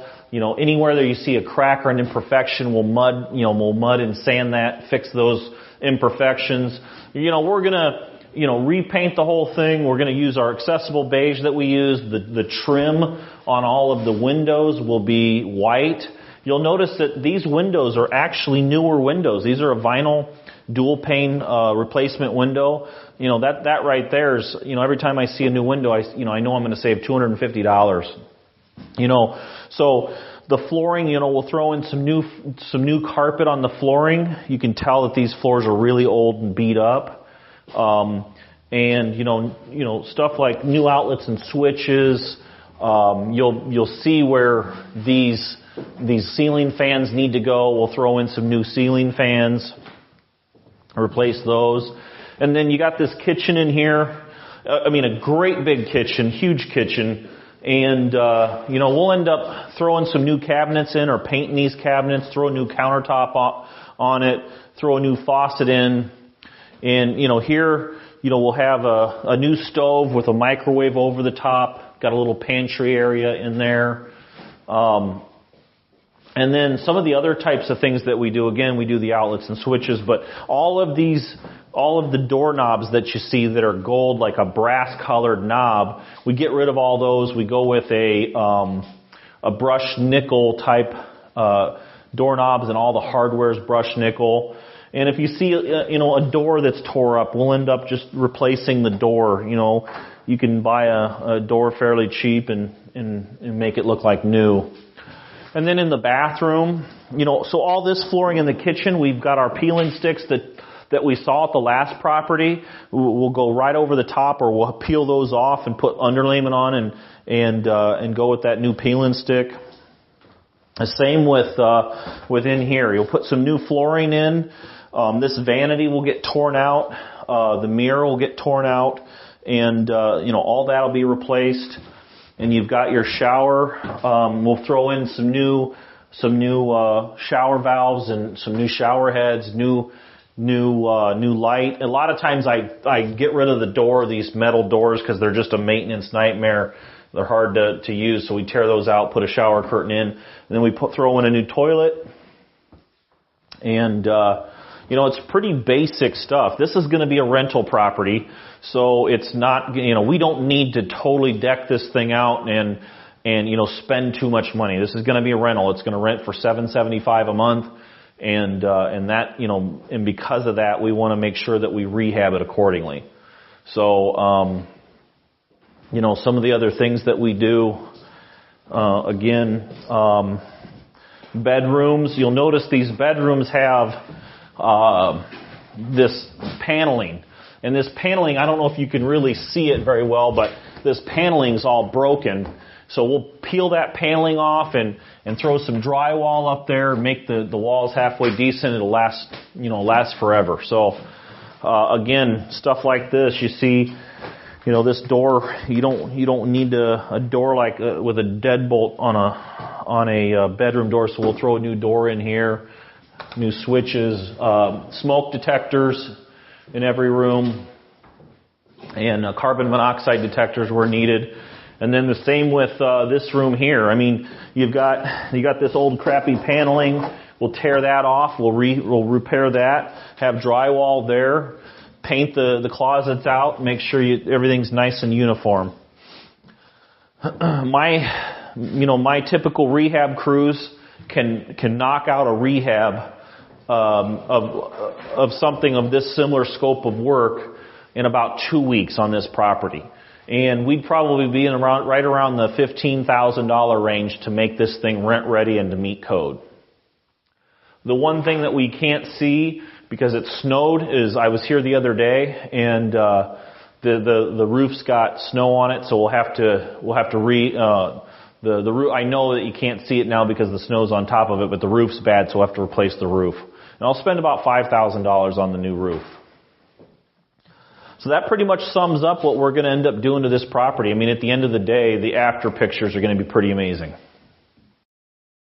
So, the biggest thing that I try to teach, somebody that's getting started is, I could bring in a rehab crew that would quote this rehab. I can get this rehab done for $15,000 on the interior and $5,000 on the roof for a total price of $20,000. And this thing will look amazing with $20,000. I can have a rehab crew, and this has happened to me a lot over the years, come in and bid this, and I get 3 bids, and I have somebody at $15,000, somebody at $20,000, and then another company could come in here and say $50,000. Now, if you didn't know better and you only got 1 bid and it was that $50,000 bid, a lot of new students will make a mistake and just go with that 1 bid that they get.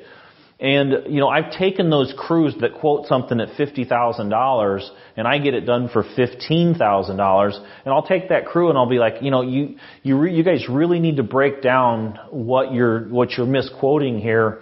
And I'll take that same crew and I'll get them to do a $50,000 rehab, what they bid it at, for $15,000 by just showing them that it's all about time. When whoever comes in and rehabs this house, somebody that bids it at $20,000 and somebody that bids it at $40,000, you're putting the same materials in it. You're using just the same amount of paint. If you re-roof the house, you're not using any more shingles than the next crew. It's if you put a new kitchen cabinets in, it's the same. You're using the same amount of cabinets one crew would quote as the other. So what I always tell these crews is, the materials are the same. You're not going to get the materials much cheaper, even if you shop all over town, than the next crew. It's all about labor and time. So if one crew takes 2 months to rehab this, I could see where they could spend, $20,000, $30,000, $40,000 on it. But if they can rehab this house in 2 weeks, like the crews that I've trained over the years or found over the years, then that's where you're saving all your money. It's all about labor cost. The materials are what they are. It's the labor cost and the time it takes to get one of these houses done. And that's why it's so important to get 3 bids and make sure that you can find out how long that crew is going to take to complete that job.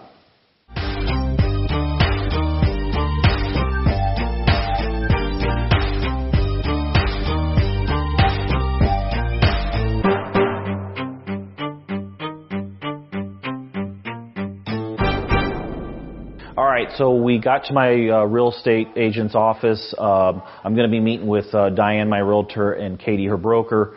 We got a lot of stuff to cover. One of the most important things, one of the most important people to put on your real estate team is a real estate agent. We always tell everybody from day one, one of your first jobs is to go out and find a good agent, good investor-friendly agent, because that agent can lead you to so many other of the most important people on your team. They know contractors, they know title companies, attorneys, all that stuff. So we're here, we're going to have a meeting, we're going to talk about a few things that I need to get taken care of. So I wanted to get together with you guys today. There's a couple things that I wanted to discuss. One was Diane and we've had an issue with, I'm making a lot of offers, right? Mm-hmm. And we're getting offers accepted. And I know in the last couple of weeks, we got some agents that are irritated because, even though I backed out of the deal, within my inspection period, mm-hmm. but the agents are a little bit irritated because we did. Oh, okay. So the listing agents? Yes. Yeah. So I just wanted to, kind of get with you and get your feel on it and see what, if there's anything we can do different so that, my issue is I bought a lot of properties in the Quad Cities, well over 1,000 in the last 5 years, and the majority of those houses were bought when the market was really low. Mm-hmm. So my thing is, back then, if we did that, when we were at the low of the market, if we backed out, we never had issues because mm-hmm. nobody was closing on anything back then. Right. And so now, we've taken all these houses off the market, which has helped the entire Quad Cities. Now it's like there's so many buyers and there's so many people buying houses right and left, and everybody's in real estate right now. It seems like everybody's like they're really short on patience if we decide not to buy a house. So I wanted to see what your thought was on that.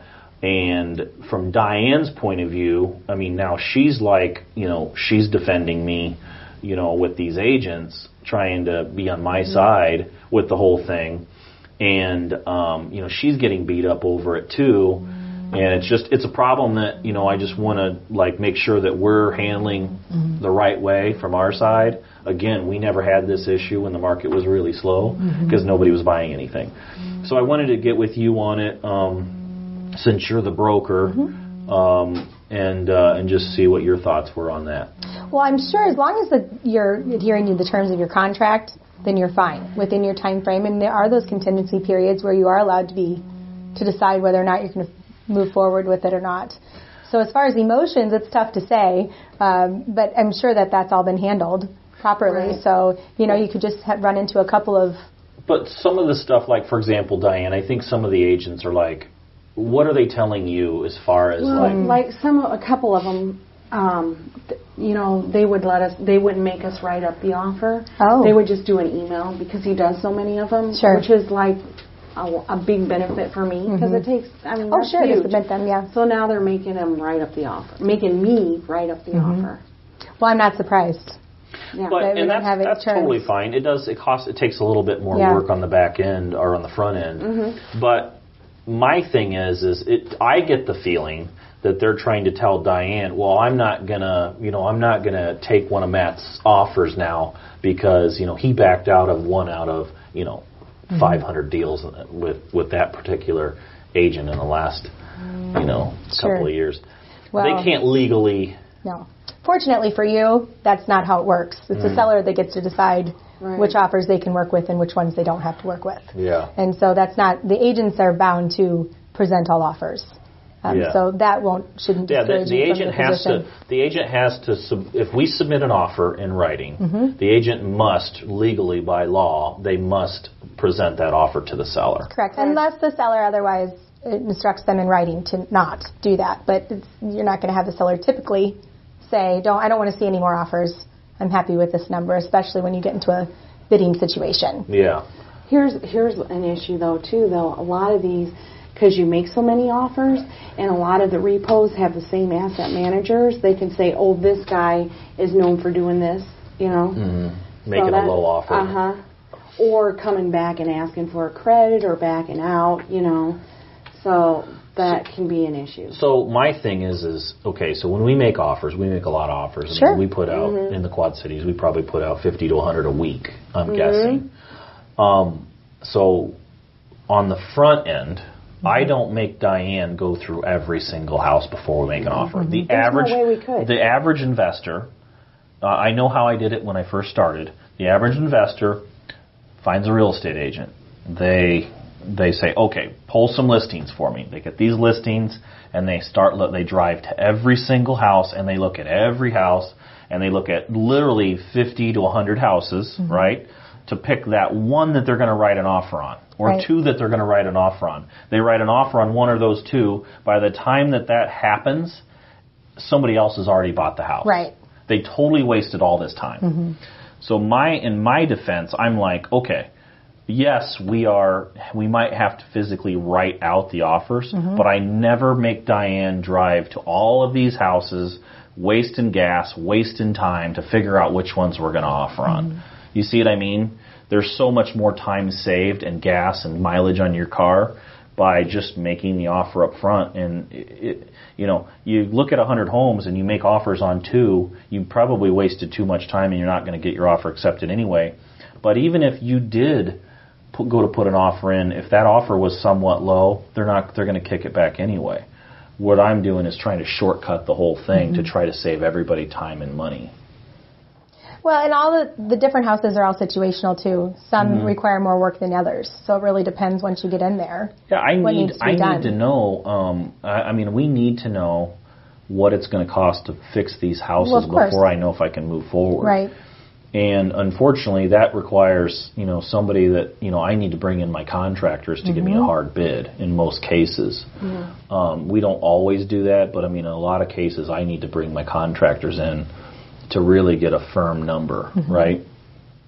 So, that I don't really care who you are at that point. If you go and look at the house yourself, and then you look at every single house, and then you get one under contract, and you bring your contractor in, and if you thought it was going to be $20,000 and it's really going to be $30,000, that's going to be in the same situation. Sure, it'll make a difference in your purchase. Now, what's your contingency plan, Diane, when you write your offer to purchase? We make them all subject to a whole house. A whole house inspection, Yeah. so that in essence is your whole house inspection. Which brings me to the next part of that. I don't like doing them just on a whole house because my thing is I really don't care what's wrong with the house. I will buy anything. Sure. I can fix anything. It doesn't matter if the foundation is collapsing. It doesn't matter if the roof needs to be replaced. It doesn't matter if all the windows are bad. All I need to know is how much is it going to cost me to fix those things, and then I can base my number on that. So a whole house inspection isn't really what I need, because a whole house inspector is going to come through and he's going to say all of these things are wrong, right? I already know all those things are wrong. Correct. That whole house inspector can't give me a bid to fix them. No. So it's going to be, the whole house inspector can come through and say all these things are wrong, and that's great. I still need a contractor to give me a bid. So that probably should be what our contingency should be, is some kind of... But here's the thing, like we had an agent just email me, did you get it today? I haven't checked any emails. Okay. We had, because he asked for a credit on one. Okay, so the agent, and we didn't he just walked through, so he knows what his bid is. So the agent, so I emailed the agent and told him we need a $4,300 reduction. And the agent emailed me back and said, okay, I need the whole house inspector's report. Receipt for repairs, yeah. So we got to have something. So we need to basically head that off. We need to figure out, change the contract where, the whole house, I can hire, if we can bring in a whole house inspector to inspect, but again, it doesn't do any good. Sure. I bought more houses than any of these people, can dream of. I can look at a house and I know what's wrong. The thing is I don't need a whole house inspector to walk through every house. It's a total waste of money. What I need is a contractor's bid. So I don't know if we need to change the contract so that it's based on contractor's bid or contractor's, proposal. That's one way to do it. Versus a whole house inspection. But on these repos, are they going to... I think that might not be the best use of language if we're going to do that. I think a whole house inspection is typical, and everyone understands what that is. When you talk about bringing somebody in for bids, that is what you're going to do anyway, because they know the house needs work. I think anyone can do your whole house inspection, so if you just submit the invoice or the cost for repairs, here's the problem. Contractors.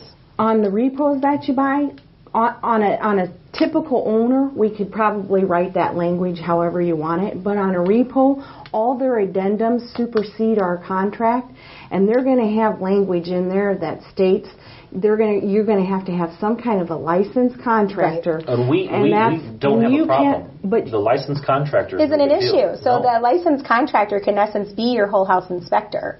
And so that's one way to handle it. So you certainly can do that. So whatever bid they've submitted, that can in turn be sent over as the proof of the repairs and the justification. And we can try that, but some of these agents try and say that's not, It doesn't matter what it's a matter of the contract. Well, I know, but I'm just saying that's what we're up against is we got to, A licensed contractor, that's easy. Every contractor I use is licensed. You could, instead of doing a whole house inspection, just do an electrical, HVAC, and structural, depending on what the issues are, and just itemize those inspections and have your licensed contractor come in and just look at those few items. Yeah. And Diane, during presentation, can just say, instead of doing an entire whole house inspection, these are our items of concern, so we're just doing these 3 or 4 inspections. Okay. So that's an option to handle it too. So it's just simple. easy to do. That's literally that's the easiest thing. So we're all on the same page. We're not making it subject to a whole house. We're going to identify.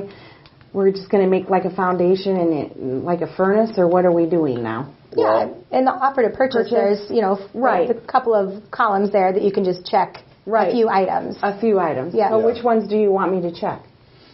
I would check Always the foundation. mechanicals. Mechanicals, all the plumbing, electrical. All right. I mean, the major things. The major and that, things. And All right. we'll look at that because there's a whole paragraph that defines Right. what needs to be in proper working Right. order, and so we can do that.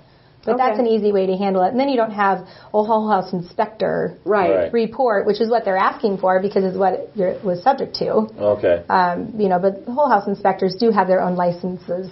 So, not everyone can be a whole house inspector, but a licensed contractor will speak to, is actually one up than a whole house inspector, I think, because that's kind of what we bring in after the whole house inspection as a licensed contractor. So let's switch that on the contract, and then that'll make it easy. Now that the listing agent, when we come in and use that inspection, and in my HVAC guy says, hey, you've got a $8,000 HVAC system to replace here, and we come back to that listing agent, they don't have a leg to stand on and say you can't do that because we told them in our contract, and that's what they agreed to when they said your contract's accepted. Right. Right, because you itemize that specifically. And we have to do it. The thing of it is, you have to do it within the days that they've given us. Right, which That's is the thing. Which is most of the time. We try and get 10 days. Yeah. Okay. Sometimes we don't get 10 days, but that's what we try and get. Mm-hmm. Is that what you write in? I try and get 10 days, but sometimes they don't always give it to us. No, I mean they don't want to hold the They don't right. tie the house up if there's people buying and it's a hot property. The thing about it is you get into any commercial property. Commercial contracts, which think about it, this is a commercial deal. When you really think about it, when we buy a house that's a rental property or a fixed, something that you're going to make money with, that's commercial, right? Technically, not like the legal standpoint, because commercial is 5 units or more or whatever, however. But it's still commercial. In commercial contracts, you have a due diligence. They just call it due diligence. Right. That should be the same way it is with these homes. We need a due diligence period of X amount of days. Well, residential is different than the commercial world, which is why there's a difference between those two. So in order to work through that a little bit, the inspection period and itemizing the individual inspections is the best way to kind of work through that. Is it something that we could put in a due diligence period in the residential contract? Well, as a purchaser, you may ask the seller for anything that you want. So if you wanted to, in turn, not use Isn't there what's in our offers to purchase, there is an other. You can write that in there if you want. Then we'll have to define what that due diligence period is. So we just have to put due diligence 14 days. Right. Here's the thing, though. Like I said, we can change it on a regular owner, but on a repo, which is the majority of what you buy, you're not changing nothing. You can't cross out anything on a repo. You cannot have any cross-off, and their addendums supersede our contract. Yeah, but we still get, like in a HUD, we know that going into it. Sure. But I'm sure it would be situational, of course. But you'll have to just approach it based on who the investor is. Right. And Whoever the seller is. How you're going to do that. Right. But some due diligence period, someone will want to have that defined, so there needs to be some language that defines what that is. There's something you could have Frank write up, like he did on the rentals when he said that subject to buyer approving all tenants and leases or whatever that verbiage was.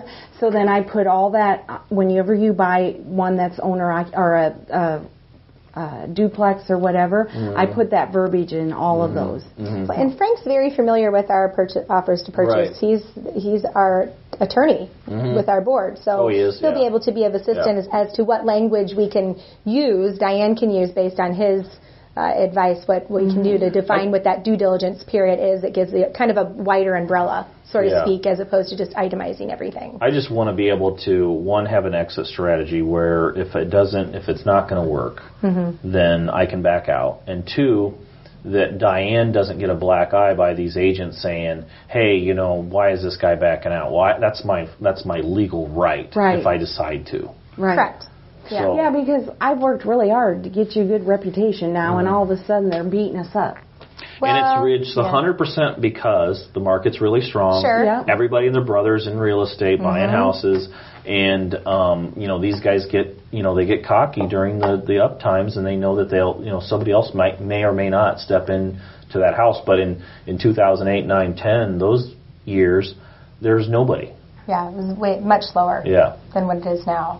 Well, Diane's doing the right thing. I mean, she's doing what she needs to do to protect you, and so she'll keep doing what she's doing. She's an excellent agent. Yeah, no, and I just want to make sure that that one, she doesn't get beat up all the time, because she can legally go back and say, hey, you know, we're following the contract. You agreed to the contract. These are our rights in the contract. Correct. You can complain all you want, but you can't threaten to not be, you know, take any more of our offers, because that would be illegal. Right. Just because they didn't like us backing out. Yeah, You know? well, Right. that's true. Yeah. So, you know, especially just a couple of the different agents in town that have a lot of repos, you know, they, you know, in particular is who I'm talking about. Okay. So, so anyway, that was one thing I wanted to get through. So let's just change the contract based on those ideas, and then we can maybe make this a little bit easier.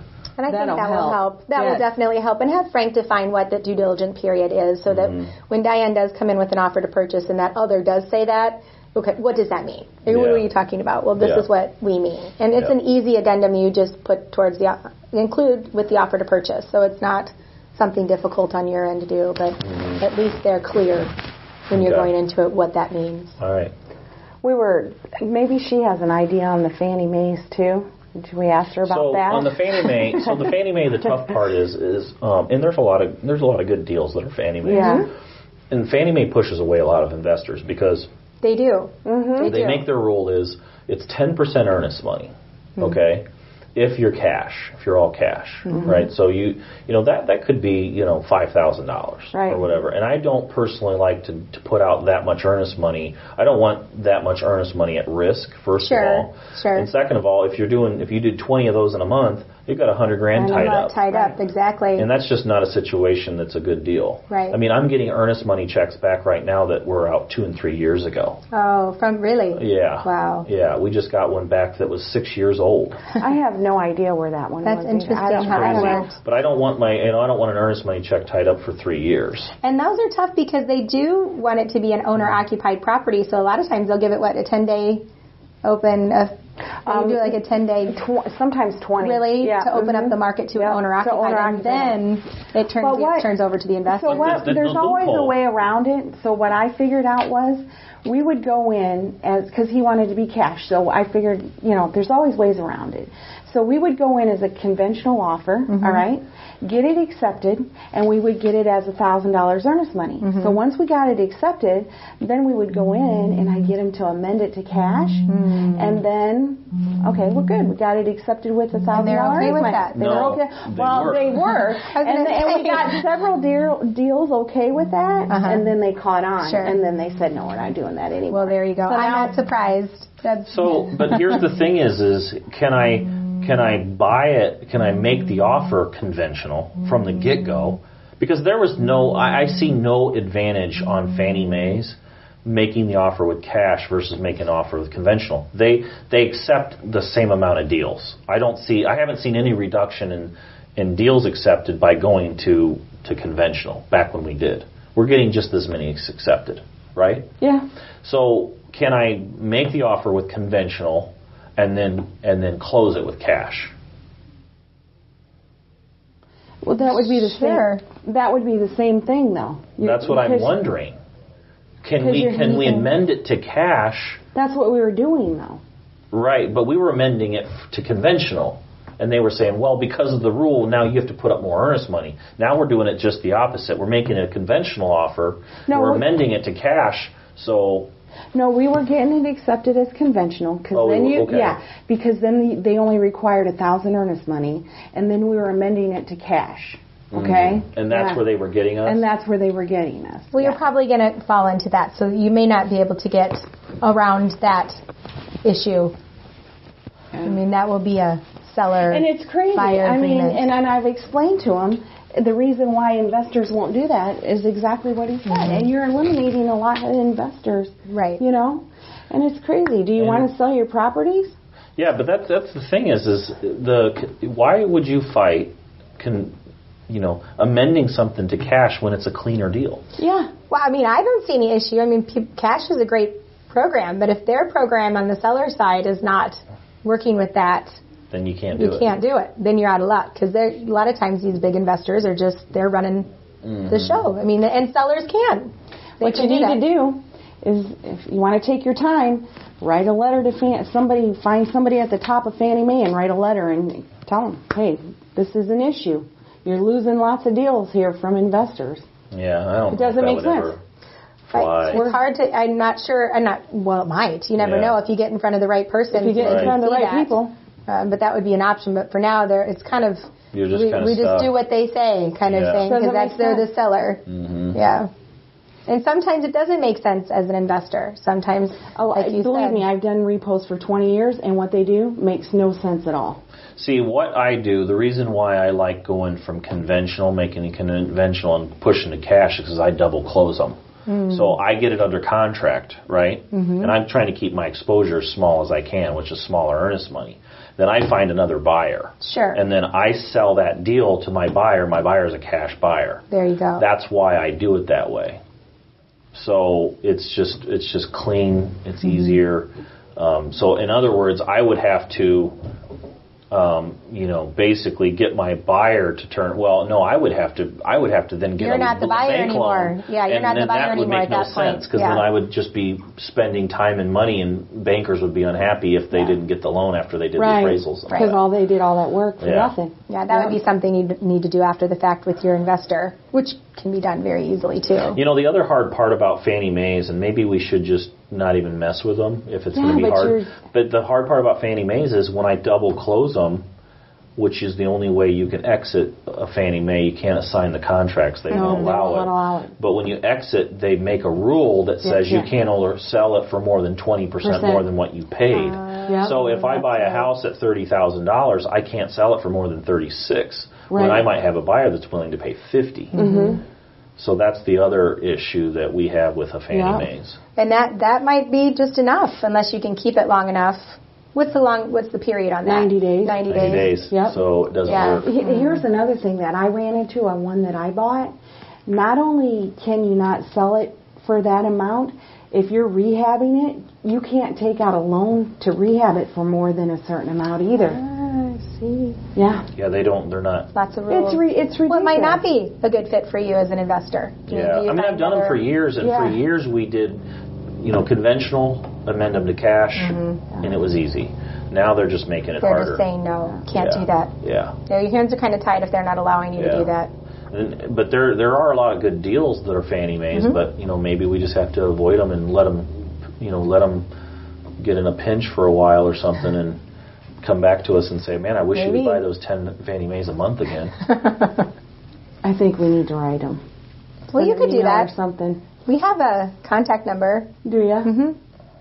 Okay. So maybe I wish I knew the pass that exact number of Fannie Mae properties I've bought in the last 10 years. Be good to It's know. in the hundreds of properties. Be good to know if you're making that contact. I wonder how we could find that out. Mm-hmm. I don't know. Probably go through your closed files. That would take a long time. It would take you a little while. Long time, but I could figure it out. I think you could safely estimate at least 300. We might be able to do that within Paragon. Do your solds and search the seller. Mm-hmm. Yep. You probably could find it much. Oh yeah, there you go. Yep. Yeah. And the owner name would be Fannie Mae. Correct. So if you search just that. But see, they wouldn't be my listings. But you're searching for. Would be under your solds. I mean, it's still in your volume. Isn't it? Can you? I'll look for it. Yeah, I see? can look. Okay. Yeah. All right. I think maybe that's not regular. I don't know. I don't know if that's something I can search under. I may have to do that. Yeah. I'll take a peek at it. Okay. We'll fiddle with it a little bit. All right. So that's that. That's one of the things I wanted to cover. Other than that, anything you're hearing, like coming down the pipeline at all as far as any of these foreclosures, or there are a lot? Like I had heard, I have not done the research, but I had heard that in Rock Island County that the foreclosures have spiked over the last, few months. Have you seen that, or? Well, we're starting to see a little bit of trend. I mean, Diane can probably speak to that more often since she's kind of in the midst of it right now. But yes, we are seeing that trend. Yep. I had the lady that does my trash outs and stuff. She had heard from the banks that said, get ready. They're all coming. They're coming. They're getting ready to unleash a bunch of them. I wonder if this is new or if these are old that have been held. I think for a they've long held time. and they're getting ready to unleash them. Yeah. That could very well be. It could be within a portfolio that they're ready to. I've got myself 5 or 6 that I've been watching for about 8 months, almost coming up to a year. You know, there was a house that I own in Moline. I still own it. I've owned it for a long time. And the house right next door has been in foreclosure for like 6 years. Yeah. And I just drove by there today and they tore it down finally. Yeah. Really? But I had it under contract, but we couldn't close because I couldn't get the clear Where title. was it? Yes. On 5th Avenue in Moline. Was it one we had under, or did you? Years ago. That's a shame. Years ago. Because you could We could never get it closed because of title issues, and now it's torn down, which is great because I own the house next door, Sure. and now I've got an empty lot sitting me next to mine instead of a piece of crap duplex. Sure. And other neighbors, I'm sure. So you happy probably with that can't too. even buy the lot. I don't know. Well, if there's I title, wouldn't want to buy it. I wouldn't need it. yeah, we're not going Not to build. worth anything. Build Yeah. a new house on it. Yeah, but so yeah, I'm kind of expecting that if there's a foreclosure spike, be kind of nice, just to see what else we can get. Sure. And then I wanted to talk about the property management stuff. I think we got that worked out. So we'll have, okay, so just so I understand, so you're the broker for the property management company. And as long as my agents showing properties have their license You need under to be you. licensed. Now, if they're talking about properties that you don't own, now you as an owner can Do whatever that's I want. completely different. But when you're managing properties, they need to be anybody talking business or licensed activity needs to have a license, whether it be a leasing license or an agent broker license. So, Okay, so who needs to sign the lease? well, is it your property? So you'll Anybody's. need Let's just say that it's not mine. the agents. The agent signs it. The licensed agents, if they're placing the property and they have it's just like a property that you purchase. Okay. That's just yours. You're going to be part of that, and then of course there's a seller. Do we need an agreement between you and I for my company to be that you're the listed as the broker? Yes, and that's Okay. just a contract that we can review. Can you put that together? Sure. Because we need to get that put in place. If you're ready to go, and then of course your other leasing agents are getting their licenses Right. now, correct? Yep. Are Okay. they just getting leasing license, or are they getting real estate license? They're getting leasing license Yeah, first. because Well, there's only it's only one. like 15 there's only one hours person that are going to be needs- showing. Yeah. And for now, my agents are showing the properties as licensed agents, so they Right. can be your. Is that Yeah. going good? I mean, You have a couple of. I haven't places. heard anything. Yeah, I think. I think there was a little frustration on a couple of the agents' Yeah. side because of no-shows. Yeah. Oh, sure. But you have to. I mean, that's just. It's just a follow-up phone call. It is. You Which have to, I you have told to them call I would first. call them 1st. If they don't, I tell them that. If you don't, I'm going to call you an hour before. If you don't answer, I ain't showing. That's the way it is. I know we're going to spike. We're going to show a lot. We're going to do a lot of advertising. We've got a lot of good properties available right now. So I may need another agent or two because Kelly's not. She's basically not showing any longer. So I think Darla and Carrie. Carrie, and John. Is John doing anything I with don't you know. yet? John would be a good one to bring on because he's available He will, yeah. during Okay. the day. I think he'll be a good one for you Okay. too. All right. And has done that before in the past, so he might be a good one to bring on. Yeah. So is 3 enough, or do you think one more? I think we can probably make that work. Do you have anybody else that would I'm be thinking pretty- maybe Maritza might be great for that too. Yeah. She's got a lot of listings. She's doing really well, but she's a hard worker, so I think she'd be available Yeah. for showings. Yeah, and she's bilingual. Yeah. Yeah. We should set up a meeting with me and her, and Sure. just so I can, Just talk visit with to her. Yeah, see if it's a good fit. Yeah. That's Go-getter. important. Yeah, you'll like her. Yeah. But I wonder how much time she would have. We just have to find out. Yeah, we just have to ask the question. She'd be great. She's already said that she'd be happy to Yeah, do she showings. said she'd do it. So Okay. she's available All right. to do those things. I just So- want to be ready because I know that as soon as 2 weeks into the first of the year, it starts to really spike up fast. And your automated system for showings, is that up and running now? I don't know if it is or It's not. getting close. I think it's getting close. Good. Because But I know I it's- wanted to be part of that so I can see who's working what days so I can just make sure that it's being run the way you want it to run, too. Have you talked to Darla? No. Have you talked to Darla at all? It seemed like she doing signed a well. lease. She signed a lease. She had a lease signing the first week she was in. Yeah, Really? How about Carrie? Has she done anything? I think so. Bendy was going to do some showings also, and she didn't. She kept calling and calling. The person never called back, and then they didn't. I guess that there was some confusion. That person showed up, but I think they'd already connected with Darla. So it's just working through some of those things. Yeah. Because I told Bindu, I said, don't. If no one's calling you back, then Right. I'd probably not go to your showing. Right. That doesn't make Call any sense. and text, and you Yes. can't really ask for much more than that. Right. I mean, someone can't respond and say Yeah. confirm, then Right. Then that makes there's some no sense. harm in not showing right. up. And so she called me first, and I said, of course, if you've made every effort to get in touch with them and you've texted them and you've called them, then it's probably not going to be. They're probably not going to show up. Right. And if they are not going to show up, then they'll know why you didn't show up, and then we can get them back. Yep. Or call you directly and go from there. All right. Well, we'll go with Darla, Carrie, and John, and then I'll see how that goes the first couple of Great. weeks, and then if we need to add another person, we can. And I think that's great. And we have agents here that can come on. Yeah. And You've got do the plenty of shows. agents if we need to Yeah. keep pulling them, Oh, for sure. Another thing, I ran into Rob out there as I was walking in. Oh, yeah. I wonder if he would do it too. He Oh, said he might be available his for first showings. year has been like I told him, so your first year is it's a learning curve. It's loading the pipeline. With all your contacts, he might be somebody that could show too. He'd be great too. I'll give him a jingle if he's still here. He left. Did He was leaving, but Okay, I'll give him a call and see if he's of interest. I mean, I look at rentals as it's such a great way to create cash flow. It's like you put up no money, you're not spending money on advertising, you're showing some houses, and you make cash flow.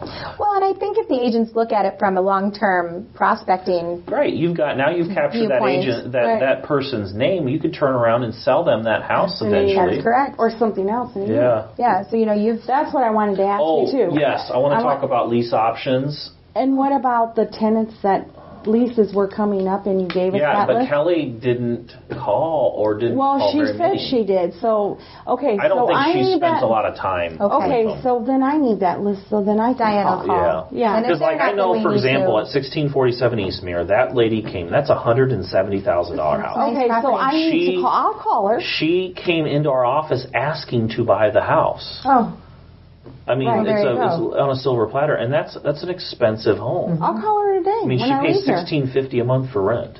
excellent. Yeah. I mean, if she's affording that, she made 3.5 times the income. That's correct. She's got decent credit. I mean, it might be something that she just needs to work with Diane. And that's the other thing I was going to tell you about. Diane's got people that are calling her. She keeps calling me. And I'm not sure. She's like, who are these people? They're wanting, I don't know exactly what it is, but somebody, either you or Nate, We took need her to off the touch list base. because we didn't know at first if she was able to work with non-owner occupied. Oh. And because I think there was some confusion there, and From the she strictly investing. only works with people that are going to be owner occupied. Right. So we took her off. She shouldn't be getting those calls anymore. Oh, okay. But Because they were like wanting her to go out of the country. I don't know what it Yeah. was, but Something whatever they unusual. were buyers asking that her- lived outside of the country. Yes, and Yeah. whatever it was, Yeah. We whoever took was her off the calling that, list. she couldn't do whatever they were Right. wanting. We got that handled. But she can definitely do these tenants and stuff and get them in line. Right. That's what.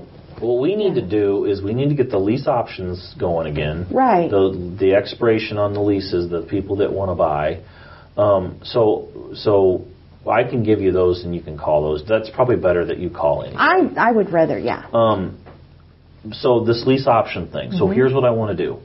I want to take some of the houses that I have. Every month we have new ones that we either add because we just bought them, fixed them Sure. up, and they're ready, or we have somebody that moves out of the ones that we just, that their lease expired or whatever. We clean up those houses and relist them. I want to list them as lease options. Right. The thing about it is the tricky part about it is if you guys list them. Let's say that I hand Diane 10. Here's 10 lease options. Now that there's always people in this office. You got 80-something agents or whatever it is, and certain amount of those people they work with every month. Somebody doesn't qualify for a bank loan, Right. and it might take a while, 6 months or a year, to work with them in credit, and that house that they want is no longer gone. available anyway. Right. So why not have us take those, put out a company-wide thing where we say, hey, go pick a house. I'll do a lease option on any house I own. Pick a house. Here's 10 that we just listed. lease option available, and then see if they'll be interested in buying on a contract. Well, then, on the ones that we have listed, options on financing, I don't think there's lease option, but there's contract. So we can put all of them on contract. We can all put all of them as an option as contract.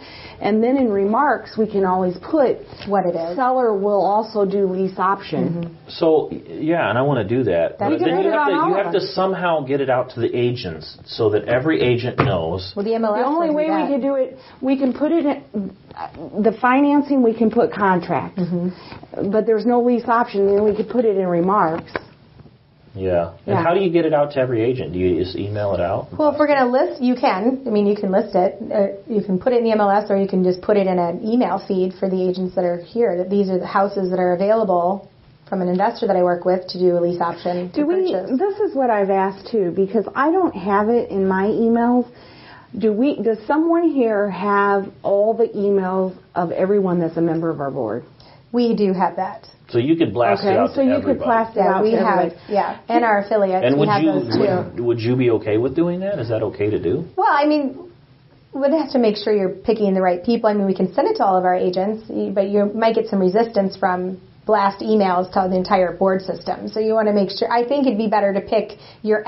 Well, first of all, you want to pick the active agents that are actually selling, because there's agents that are in our board that are not selling. There's probably 800 in our board, and there's probably 300 that sell. Yeah, so I think Diane would probably be better suited to go through the list, see which are the good agents, which agents. We get that all the time. We'll get invitations to houses and come to our home tour, and that's those are invitation only kind of things. So it's the same kind of thing that we'd have to pick the right group of people. I mean, we can also blast it, but I'm not sure that'll be the best use. Okay, so the next tricky part is let's say an agent finds a client wants the house, meet the terms, whatever. That hasn't sold yet. It's only rented with the option to buy, right? So how do you pay the commission out in that case? Would it be similar to how you pay a rental commission? You pay a little bit up front, and then maybe pay when they close, then you pay the full amount. Right. And that's just based on how you want to pay. That's based on how you want to pay the agent there. So you could do a rental fee up front, and then when it closes, do the entire whatever agreed upon commission was, and then just pay through. On a lease option, I'm not sure. On a contract, on the houses that I've sold on contract, the seller always gets a down payment enough to cover the commission, and the seller gets.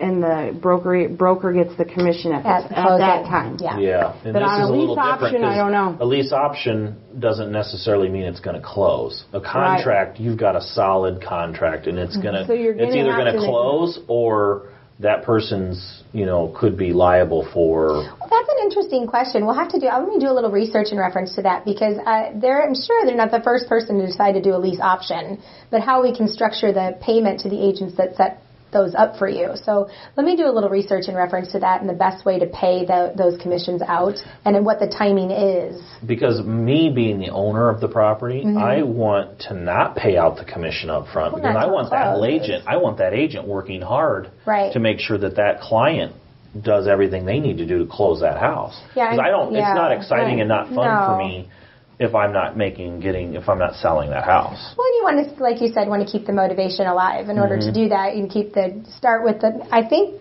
when I'm out loud, I'm kind of thinking probably the best way is to do some kind of lease fee like you do now when someone gets placed. And then once it closes, then there's agreed upon structure in reference to that. And I don't have a problem paying like a percentage of the actual down payment.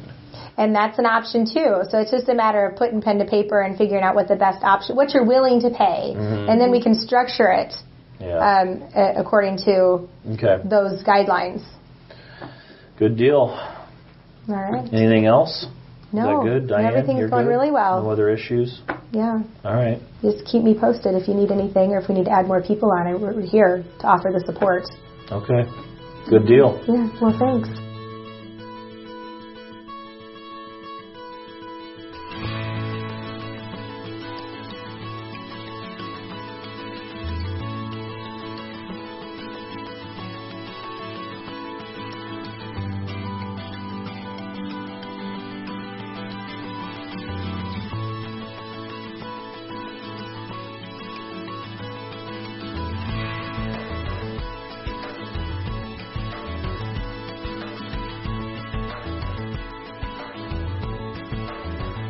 All right, well, I'm back home. We're going to call it a day. I hope you guys enjoyed everything you learned.